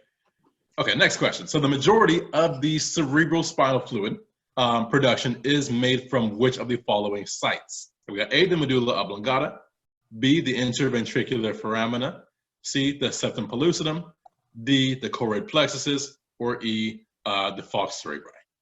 It's a hard one. Where is the majority of the CSF being produced?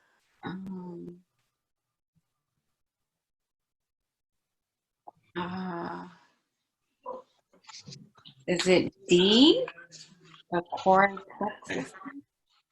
I hear D. Do we agree? Do we disagree? Agree. Yes, we should agree. So the choroid plexus is absolutely true. Right. So remember, each of the ventricles inside of the brain, okay, they're going to be lined by the choroid plexus. Okay? And the choroid plexuses are going to be producing the cerebrospinal fluid once they move through the ependymal cells. Right. Perfect. All right, good. Okay. I see. All right. Any questions so far on anything we've covered before we go forward here? And the ventricles help with circulation, right? Is that the ventricles, yeah, the ventricles are going to be helping with the circulation of the CSF. Yeah, because I don't know why, but I got the ventricles switched up with producing CSF. I was like, where the ventricles at, like on there? But I got it. Yes. So the ventricles are the actual location, okay, and the walls of the ventricles are going to be lined by the choroid plexus. Mm-hmm. So it's the choroid plexus within the ventricles that produces the cerebrospinal fluid. Okay. Good. Okay. Any other questions here? Okay, cool.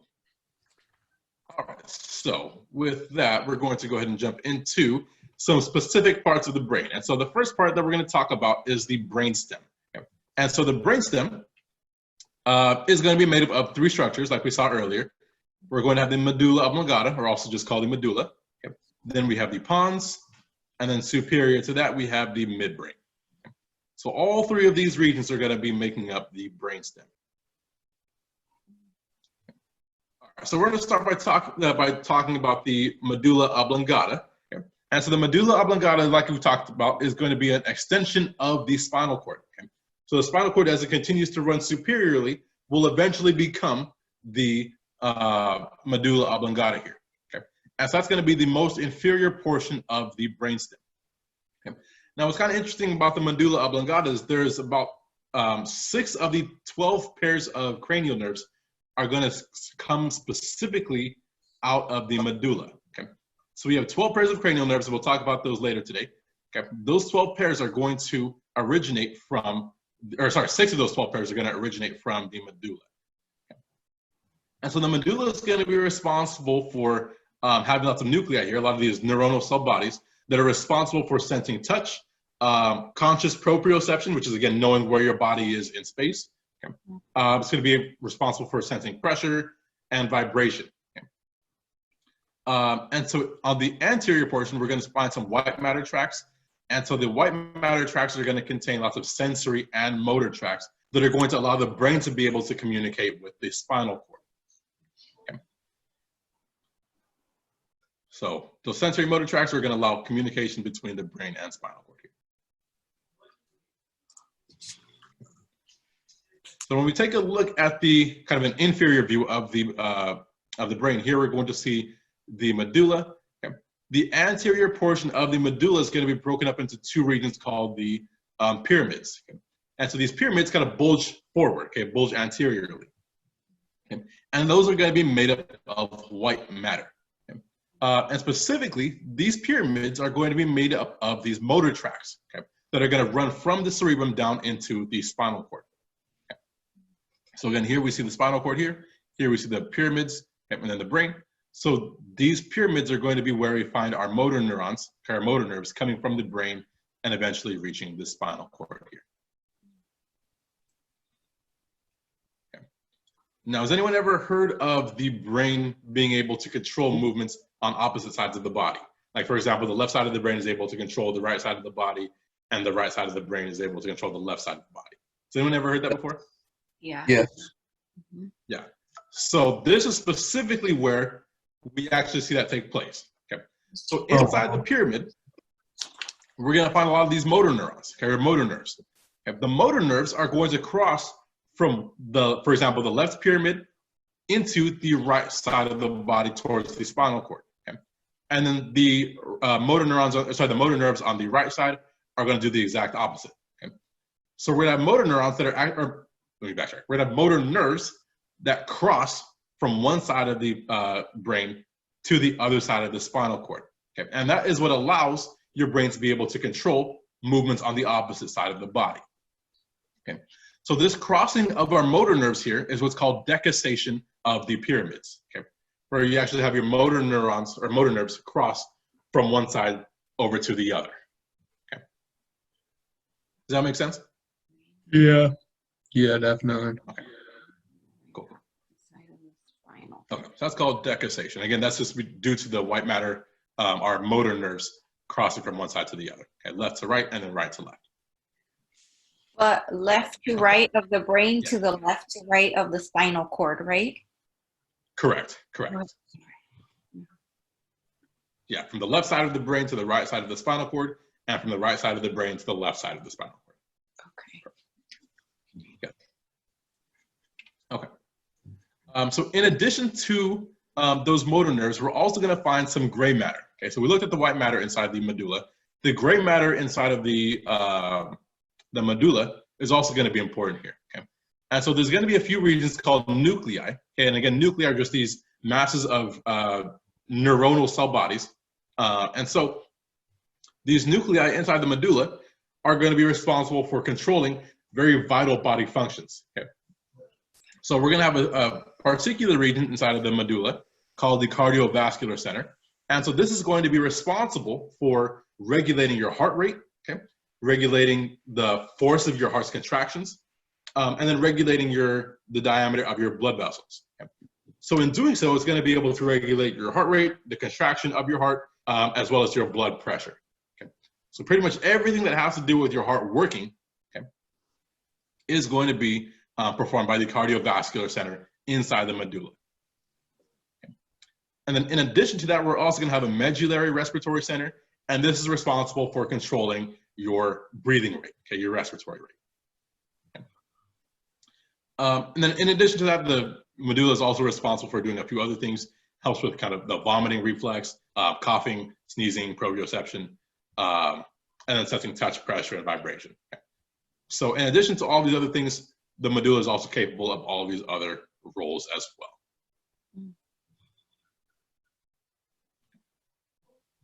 Okay. So that's the medulla. Okay, any questions on the medulla before we go forward here? The medulla also has, it splits into pyramids, right? It's the medulla itself, but then right under the brain goes to the pyramids, and then what you were just talking about, right? That's all. Yes. Yeah. So the medulla is going to have these pyramids, okay? And so inside the pyramids, you're going to have the crossing of those motor nerves, okay?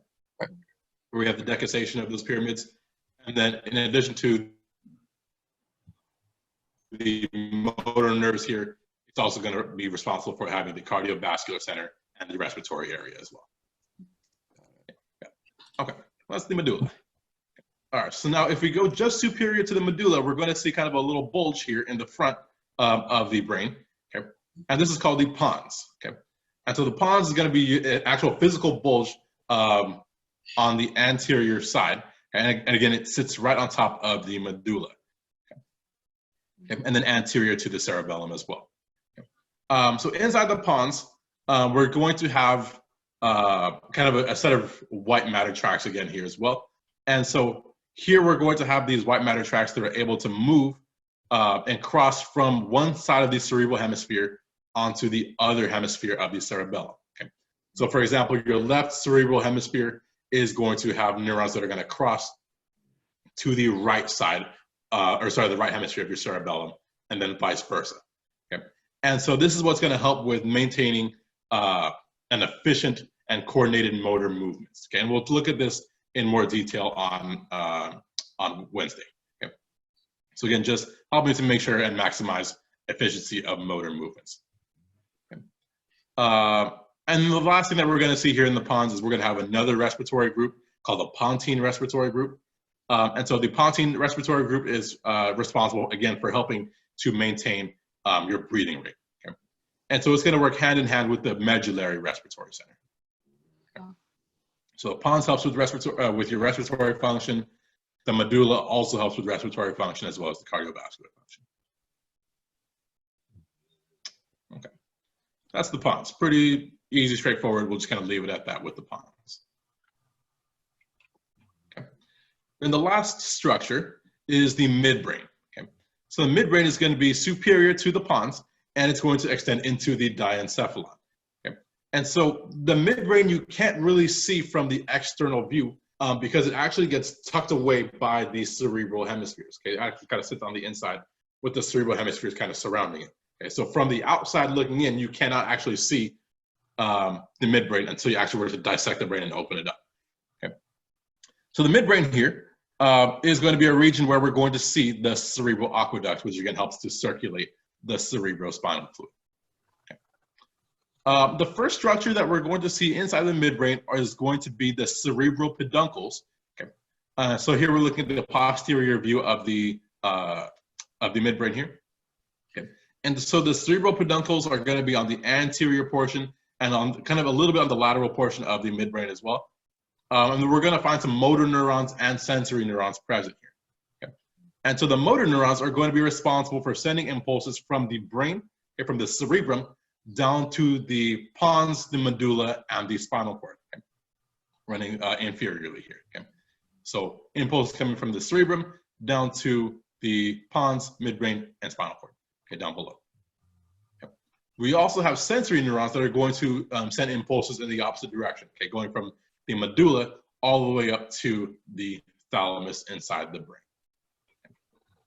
So we got motor neurons and sensory neurons present inside the cerebral peduncle.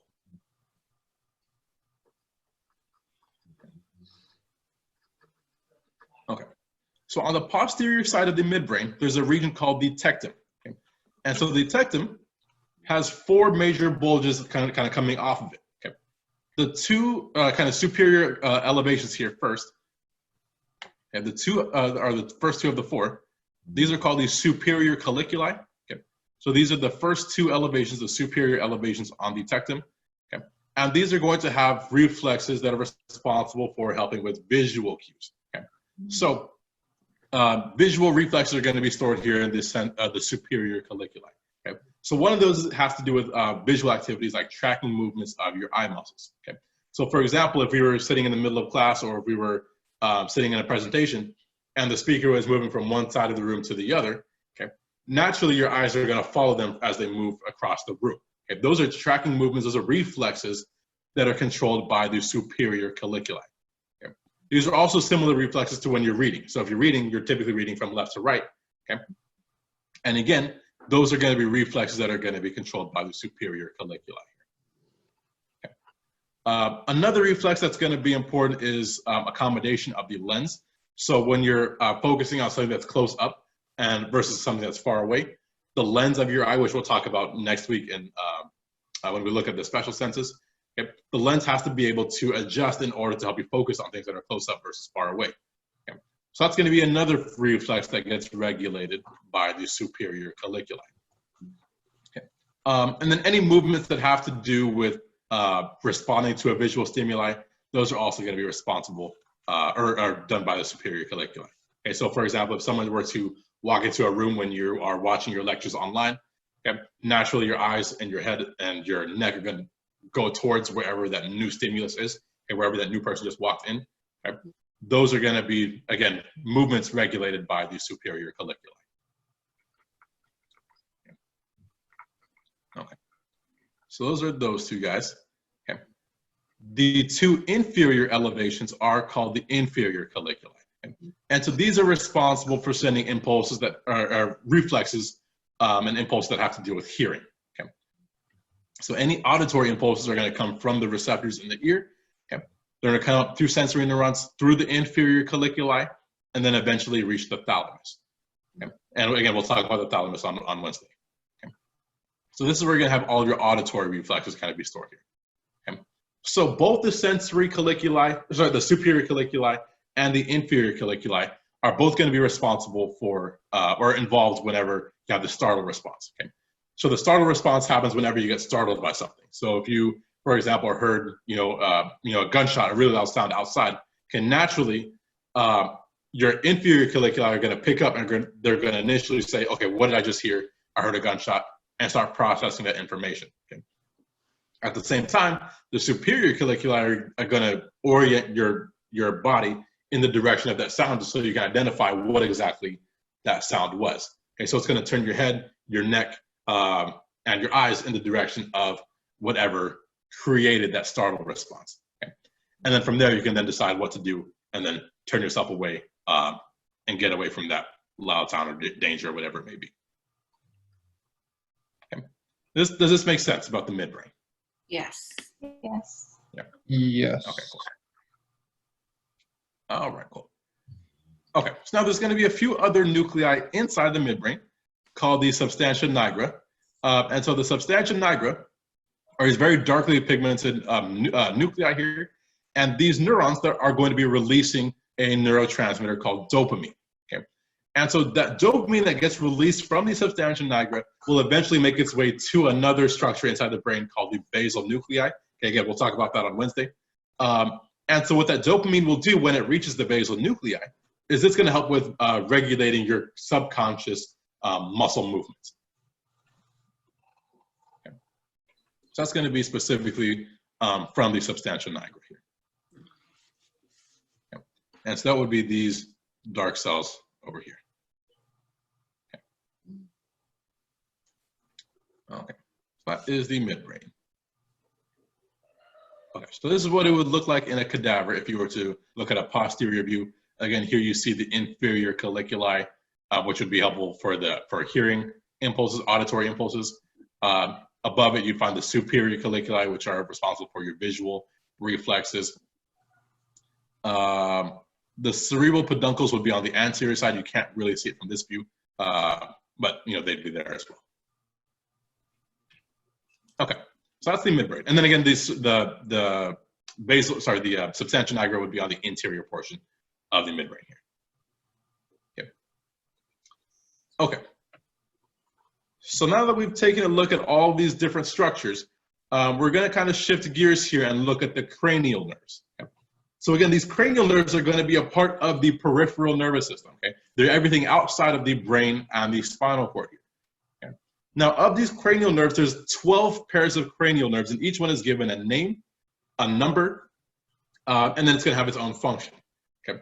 So as we go through all 12 of these cranial nerves, I want you to be thinking about, and I want you to kind of be paying attention to those three things. Okay. Know the name. I want you to know the name of the cranial nerve. I want you to know the number of the cranial nerve, and I want you to know its function. Okay. All right. So we got 12 of them. So the first one that we're going to take a look at is cranial nerve 1. And so cranial nerve 1 is the olfactory nerve. Okay? So the olfactory nerve is responsible for helping you sense smell. Okay? And so there's specifically going to be some axons here that are going to be responsible for taking those olfaction or sensory smell sensory input, okay, and then directing those to the brain. Okay? All of those olfactory receptors are going to be found in a region of the nose called the olfactory epithelium. Okay? And so all of those receptors are going to be able to pick up on different chemicals that are going to be released from whatever you're smelling. Okay? And then they're going to send those impulses to a structure called the olfactory bulb. Okay? And then from there, the olfactory tract, okay, which will then take that information directly to the brain. Okay? So the olfactory bulb, and I'll show you what this looks like in a second here. The olfactory bulb is going to be kind of two paired masses of gray matter, okay? One for each nostril. Okay? And so eventually, those olfactory bulbs will start to run posteriorly and form the olfactory tracts. Okay? And those olfactory tracts will then reach the brain and eventually will end inside the temporal lobe, okay, of the brain. Okay. All right, so this is what it looks like here. So here, if we were to just kind of look at the nose as a whole, okay, we're going to see some olfactory receptors just inside the olfactory epithelium, which is at the superior portion of the nasal septum. Okay. Above it, you'd find the olfactory bulb. Okay. And then if you run posteriorly, we have now reached our olfactory tract, which will eventually reach our brain. Okay. If you look at an underside view of the brain or an inferior view of the brain, again, here you would see the olfactory bulbs, which are these kind of lumps on either side of the brain here. And then each one is going to have its own olfactory tract that will reach the brain. Okay. So if we zoom in and look at all these receptors, here we're going to find these olfactory receptors, okay, that are going to be kind of protruding into the olfactory epithelium of the nose. Okay. they're going to bind onto specific chemicals and then send those impulses upward into the olfactory bulb. And then those neurons are they going to be able to take those olfactory or those sensation impulses and direct them into the olfactory tract to eventually reach the brain. Okay. So again, the whole job of the olfactory nerve or cranial nerve 1 is to help you be able to sense smell. Okay. So that's cranial nerve 1. Cranial nerve 2 is the optic nerve. Okay. So the optic nerve is, again, another entirely sensory nerve here. Okay. So this helps with maintaining your vision or helping you to sense vision. Okay. We'll talk about this point when we talk about the special senses next week. But the optic nerves are going to be formed by specific axons of specific cells called ganglion cells. Okay. So ganglion cells are a specific type of neuron that emerge from the retina of your eye. Okay. And then they eventually will run posteriorly into the optic foramen. Okay. And those axons will form your optic nerve. Okay. And again, we'll talk about what that all means next week in lecture. Okay. But just kind of want to introduce that to you. Okay. So the optic nerve here, which we see over here, is eventually going to come down, okay, and it's going to reach a crossing point. Okay. This crossing point for each optic nerve is called the optic chiasm. Okay. So at the optic chiasm, the optic nerve from your left eye and the optic nerve from your right eye are going to contain some axons. Okay. The axons from the medial half of each eye, and again, we'll talk about this when we, next week. The axons from the medial half of each eye are going to end up crossing to opposite sides of the chiasm. Okay. All the axons that are on the lateral side, okay, of each of the nerves, okay, will then remain on that same side. Okay. So what happens here at the optic chiasm is we eventually will kind of rearrange where all of our axons are oriented and how they're oriented here. Okay. And that's specifically going to be happening at the optic chiasm. Okay. And again, we'll look at that in more detail next week. Then from there, all the axons that have just been regrouped, okay, are going to emerge out of the optic chiasm through another structure called the optic tract. Okay, and that optic tract will eventually reach the thalamus and then be processed in the occipital lobe. Okay. Okay. So that is the optic nerve. That is cranial nerve number 2, and it's responsible strictly for helping you to sense your vision. Okay, helping with your visual senses. All right, any questions on cranial nerve 1 or cranial nerve 2? Okay. Okay, so that leads us to cranial nerves 3, 4, and 6. Okay, so cranial nerves 3, 4, and 6 are all motor nerves. Okay, and they're all are going to have kind of similar functions. Cranial nerve 3 is the oculomotor nerve. Okay, and so it's going to have its motor nucleus inside the midbrain. And so it's going to be responsible for helping you to control the movement of your eye, as well as your upper eyelid, which is kind of where it gets its name, oculomotor. Okay. Oculo meaning eyes, motor meaning movement, so it's going to help to move your eye. Okay. So in addition to helping you to control your eye and your eyelid, it's also going to be helping with controlling your iris. Okay. And so the iris, or the muscles around your iris, okay. The muscles around your iris help you to adjust your lens. Okay. And that will help you to be able to focus on things that are either close up or further away. Okay. So that's the oculomotor nerve. That's cranial nerve number 3. Okay.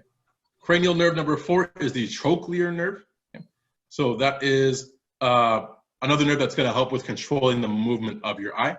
Okay. And that is going to be coming from the posterior side of the brainstem. Okay. And that's the trochlear nerve. And then cranial nerve number 6, again, is going to help with movement of the eye in terms of abduction or lateral rotation of the eye. Okay, and so that's kind of where it gets its name. Okay, abducens nerve, okay, is going to help with abduction. Okay. Okay. So cranial nerve 6 is the abducens nerve, and again, that's going to help with lateral rotation or abduction of the eye. Okay. So that's 3, 4, and 6. Okay. All motor nerves here. Okay. The next one is cranial nerve number 5. Okay. So cranial nerve 5 is the trigeminal nerve. Okay. And so the trigeminal nerve is actually a mixed nerve, meaning that it has both sensory and motor neurons present. Okay. So all the cell bodies that are inside the sensor, or that are of this, let me try to say that again. All the cell bodies of these sensory neurons are going to be found inside the pons here. Okay. And so these are all going to carry or nerve impulses that are going to allow you to be able to sense touch, sense pain, and sense thermal sensations across different areas of your head and your face. Okay. And so this is called the trigeminal nerve because it has 3 different branches. Okay. Tri again meaning 3, geminal meaning kind of like arising from. So there's going to be 3 different branches that are going to be coming off of the trigeminal nerve. Okay. The first branch is the ophthalmic nerve, okay, or the ophthalmic branch. And so the ophthalmic branch was going to cover the area over the skin, over the eyelids, okay, the skin over the cornea, and then the upper nasal cavity as well as your forehead. Okay. So pretty much everywhere around your eyes is going to be where you'll find the ophthalmic branch. Okay. Mm-hmm. And so it's going to be able to take sensory input from those particular areas. Okay. The second branch is the maxillary branch. Okay. And so the maxillary branch will be able to take sensory input from the nose, the palate, the pharynx, and then the upper teeth, as well as the lid, or sorry, your lip, and then your lower eyelid. Okay. So pretty much everywhere around your maxilla area, your maxilla bone here. Okay. And then the third branch is going to go across the mandible. And so it's going to be called the mandibular branch. Okay. And so the mandibular branch here is going to take sensory input from the anterior 2/3 of your tongue. Okay. It's going to take input from your cheek, the lower teeth, the mandible, and then the floor of the mouth. Okay. So again, all of that was just sensory input, okay, from all 3 of these branches. Okay. Then the motor component of the trigeminal nerve allows you to be able to chew. Okay. So it's going to be able to control your mastication muscles. Okay. So when you're thinking about, eating your favorite food or eating your cheesecake or you're going to a barbecue, the muscles that are able to work here are going to be stimulated by the motor neurons of the trigeminal nerve, cranial nerve number 5. Okay. Okay. That's cranial nerve 5. The next one is cranial nerve 7. And that is the facial nerve. Okay, so this is another mixed nerve here. Okay. And so the facial nerve is going to be where we're going to see some sensory input as well as some motor neurons as well.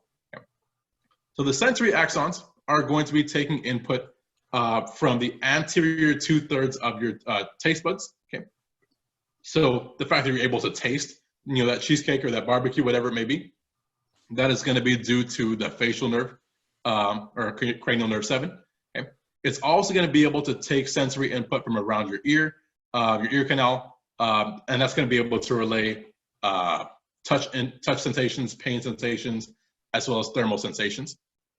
And it's also going to be able to sense your proprioception, okay, in terms of proprioception of your facial muscles, okay, to be able to allow you to be able to know what your face is doing, okay, and the muscles around your scalp as well. So the proprioception helps you to be able to sense what your face is doing. Now there's also going to be some motor neurons that are part of the facial nerve too. Okay? And so these motor neurons are going to be able to innervate all the muscles of your face and your head and your neck. Okay? So that's going to be able to help you perform different types of facial expressions. Okay? Being able to smile, being able to frown, being able to look really angry because your brother farted or whatever it may be. Right?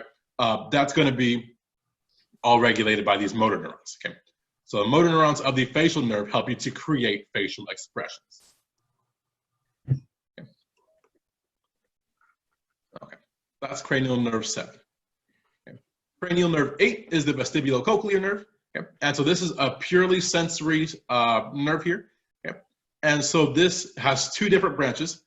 There's a vestibular branch which helps to carry impulses to the brain for equilibrium. Okay, so helping you be able to sense your equilibrium. And then there's a cochlear branch. Okay? And so the cochlear branch will have all the receptors and impulses directed to the brain for allowing you to be able to hear. Okay. So the vestibular branch allows equilibrium. The cochlear branch allows you to be able to take an auditory impulses. Okay. So that is cranial nerve 8.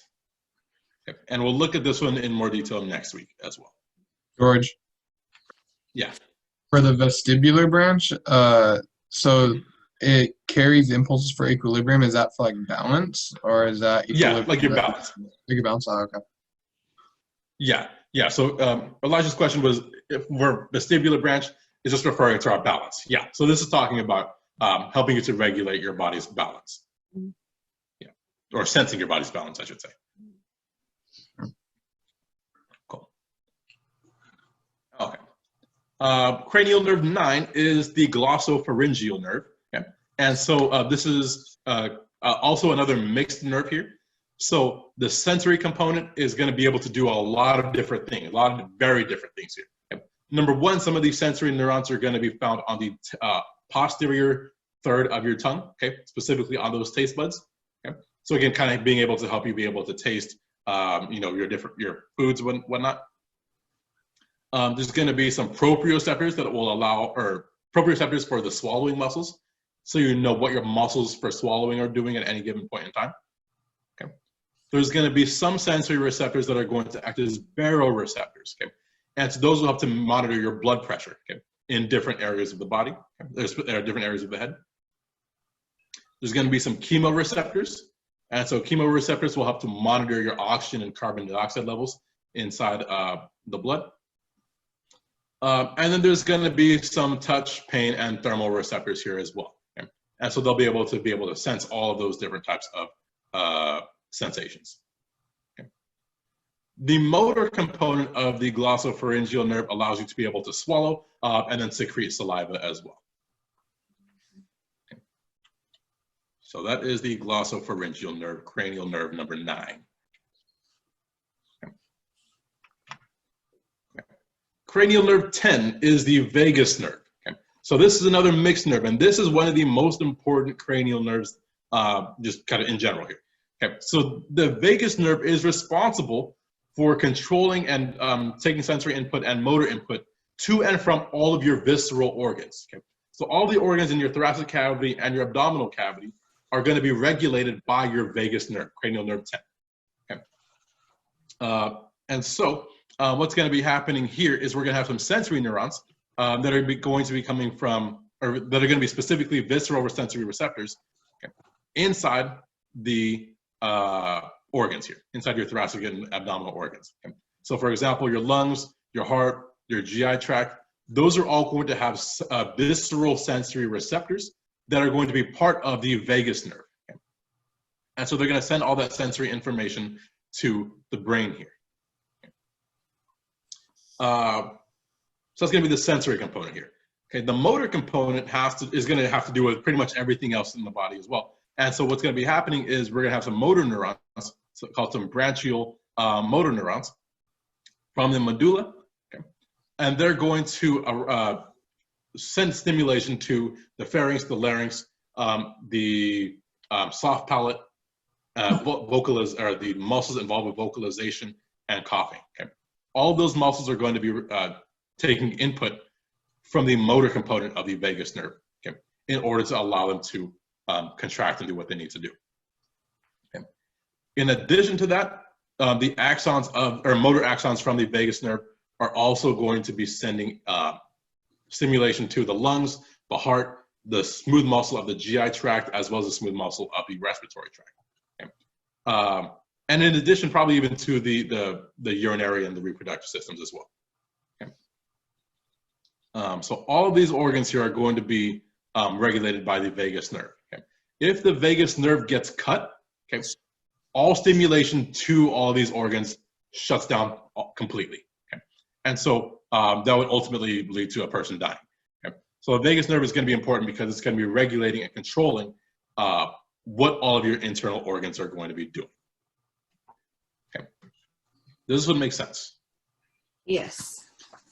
Yeah. Yes.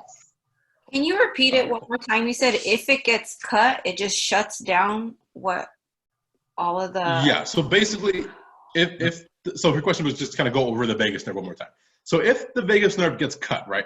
So if we no longer have our vagus nerve being able to stimulate any of these organs, then the heart is no longer able to work because it's not getting stimulation from the brain. The lungs are not able to work because they're not getting stimulation from the brain. The GI tract is not able to work because they're not getting stimulation from the brain. So all of your organs would essentially stop working, okay, if the vagus nerve gets cut, because this is their only stimulation. This is the only nerve that that actually communicates with all of these organs. Yeah. Yeah. Yeah. Pretty cool. Pretty cool. Screwed if that thing gets hurt. Yeah. So this is one we really want to be careful for. Okay. Next one is the cranial nerve 11, and so that's the accessory nerve. So the accessory nerve is again another motor, another mixed nerve here. And so the motor impulses here are going to be controlling a couple muscles called the sternocleidomastoid muscle and your trapezius muscles. And so what these motor impulses will do is they'll help to coordinate the contractions and help you turn your head to the side or help you tilt your head and vice versa. Okay? So being able to move your head and move your neck, okay, that is going to be due to the motor impulses from the accessory nerve. Okay? Then you have sensory neurons here. And so specifically the sensory neurons here are going to be proprioceptors, which again will tell you or give you a sense of where your head or your neck is in space, okay, based off of the contraction of your sternocleidomastoid and the trapezius muscles or their positioning. Okay. So being able to move your head and neck is the accessory nerve, which is cranial nerve 11. Okay. And then the last cranial nerve is cranial nerve 12, which is strictly motor. This is the hypoglossal nerve. So the hypoglossal nerve is only responsible for motor impulses involved with speech and swallowing. Okay. And that is pretty much all it does. Okay. So that's cranial nerve 12. Okay. All right, so those are the cranial nerves. Like I said, be comfortable with the cranial nerve number, be comfortable with its name, and then be comfortable with its function. Okay. The ones I want you to specifically be comfortable with, I'll go ahead and just write it out here. I definitely want you to be comfortable with cranial nerve 1, 2, 3, 5, 7, 8, and 10. I think that was it. 1, 2, 3, 4, 5, 6, 7. Yeah. So the ones I definitely want you to be comfortable with are cranial nerve 1, 2, 3, 5, 7, 8, and 10. Okay. Know those ones pretty much in and out. Okay. Okay. Any questions on these cranial nerves before we finish up for today? No. Okay, cool.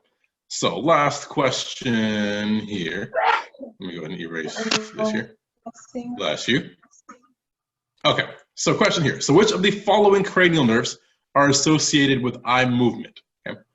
So again, we have all 12 of those cranial nerves. So we have A, which is cranial nerves 3 and 4, B, 3, 4, and 6, C, 5, 6, 7, and 8, D, 2, 3, 4, and 6, or E, 5, 7, 9, 11, and 12. Which ones are responsible for eye movement?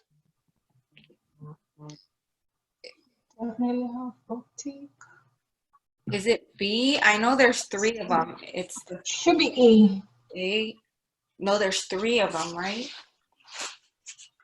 So I think I it's don't know. E. You tell me. Is it D? George, I ain't gonna give you the answer. yeah. No, it's D. Like oculomotor trochlear 2, 3, 4. Okay. All right, so I'm hearing B. That's D, Yeah. I think I I wanna heard say D, B too. and then I hear E also. Uh-oh. Okay. I definitely want to say B now. So we So have 2. Should I be D. will. I'll eliminate E. So E is not one of the answers here. Uh-huh. So I say oops, that's supposed to B. be crossing out. Definitely D. So B and D. D. So the answer Oh, okay. is B. It's actually B. Yeah. Oh, Just okay. 3, 4, and 6. Okay. So the oculomotor, the trochlear nerve, and the abducens nerve are the only ones responsible for eye movement. Okay. The optic nerve does not have a role in eye movement. Okay. It's not a motor nerve. Okay. The only thing the optic nerve does is it's going to send visual impulses to the brain. Okay. Whatever you see, okay, the optic nerve is going to be directing that impulse to the brain, but it's not going to be responsible for helping you move your eyes in any way. I gotta Okay. know. Does that make sense? Yeah. Yeah, Oh, that was confusing. the motor part. You gotta know what the question's asking, definitely. Yeah. Yeah, for sure. Yeah. So when it comes to movement, just the oculomotor, trochlear, and abducens. Okay, just 3, 4, and 6. Yeah. Yeah. Sorry, Nadine. Trick question here. Cool. Oculo. Okay. Next one. So which cranial nerve is responsible for conveying impulses related to hearing and equilibrium? Okay, so we have cranial nerve 4, the trochlear nerve, cranial nerve 6, which is the abducens nerve, the vestibulocochlear nerve, which is cranial nerve 8, the glossopharyngeal nerve, which is cranial nerve 9, or the vagus nerve, which is cranial nerve 10. I think Which one's it's C, right? responsible for hearing and equilibrium? See? Yes, C is correct. Yeah. Vestibulocochlear. Uh-huh. C, yeah, so vestibulocochlear is going to be responsible for helping you with your hearing and equilibrium. Yep. Cool. All right. That is it for today. Any questions on anything we've covered so far? Are we gonna go over these in special senses on Wednesday, or this is it? Yeah, so we'll go over vision and then the special and hearing in the special senses next Wednesday. So a week from this Wednesday. Okay. So that'll be chapter 21, I believe it is. Okay. So if there's no questions, you guys are free to go. So remember, the lab will be due on Wednesday because, again, we're just doing lab 11. And so that is uploaded already. Lab practical number 3 will be next week. Exam 4 will be 2 weeks from today. And then the career essay will be due on May 11th. So be thinking about what you want to write for your career essay. And you guys are good to go for that. So the lab, make sure you only need to upload it once whenever you're done. Yeah. Nagine's question, so we still have classes Wednesday? Yeah, so we still will have class Wednesday, just like we normally would. So we'll be finishing up talking about the brain then. What about the homework? Are you going to upload the homework as well? Oh, yes, I'm going to upload the homework right now. Beautiful. Okay. George, I have a quick question.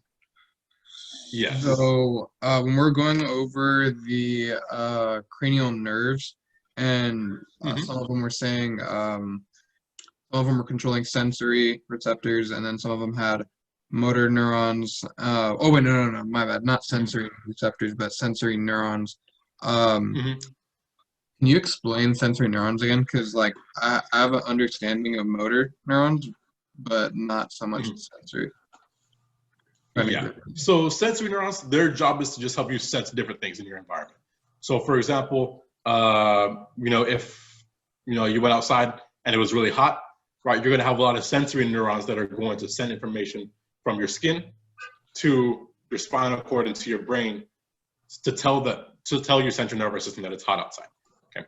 Or if you put your hand on a hot stove, right? You're going to have sensory input going from your skin to your brain. Okay, so basically they just work in opposite directions. Okay. So the sensory neurons are there to help you know what exactly you're feeling, okay, and then send that information to the brain. While motor neurons, their job is to help you move different muscles. Okay. So going from the brain back down to the body. Okay, and then sensory receptors are different, though, right? So with the sensory receptors are usually just the dendrites of the sensory neurons. Oh, got it. Okay. So with sensory, it can be for hearing, it can be for vision. Yeah. So there's different types of sensory neurons, right? So you got sensory neurons for vision that will tell you what exactly you're seeing, right? And they'll send that information to the brain. You're going to have hearing ones that'll tell you what you're hearing, send that information to the brain. There's tactile receptors, there's pain receptors, there's thermal receptors, pressure receptors. What else? Taste receptors, olfactory receptors for smell. Okay. So all of those different types of, there's all kinds of different sensory receptors. All of them are going to be geared to pick up on a certain type of stimulus, okay, and then send that information to the central nervous system from there. So for cranial nerve 1, that is a sensory purely? Yeah, so cranial nerve 1, which is the olfactory nerve, is purely sensory. So it's only involved with helping you sense smell. Okay. Yeah. And then I have a So Miss Ayel's question, yeah, give me 1 second. So Miss Ayel's question was sensory transfers information and motor neuron creates the action. Yeah, so essentially that's how it goes. So sensory neurons will take the information to the brain or to the spinal cord. The motor neurons will then create the action that you need to perform. Okay. Cool. Yeah. Priscilla, do you have a question? Oh, homework is going to be due on Monday, like usual. Yeah. So homework will be due on Monday, like usual. But the lab is going to do by Wednesday. Right. Okay. Okay. Cool. Yeah, because I was wondering that for a while, but I was like, I knew he went over a while ago, but I was like, damn, should I even ask him? I'm pretty sure I should. No, don't worry about it. Don't worry about it. All right, cool. Thank you for answering that. I appreciate it. Thank you. No problem. Good lecture. Yeah. No problem. Yeah, good lecture. Bye, Yeah. everybody. Bye. Bye. Thank you. Bye. Have a good night, everyone. All Thanks, right. Professor. Nagin, Have a are you good one. planning on assigning homework?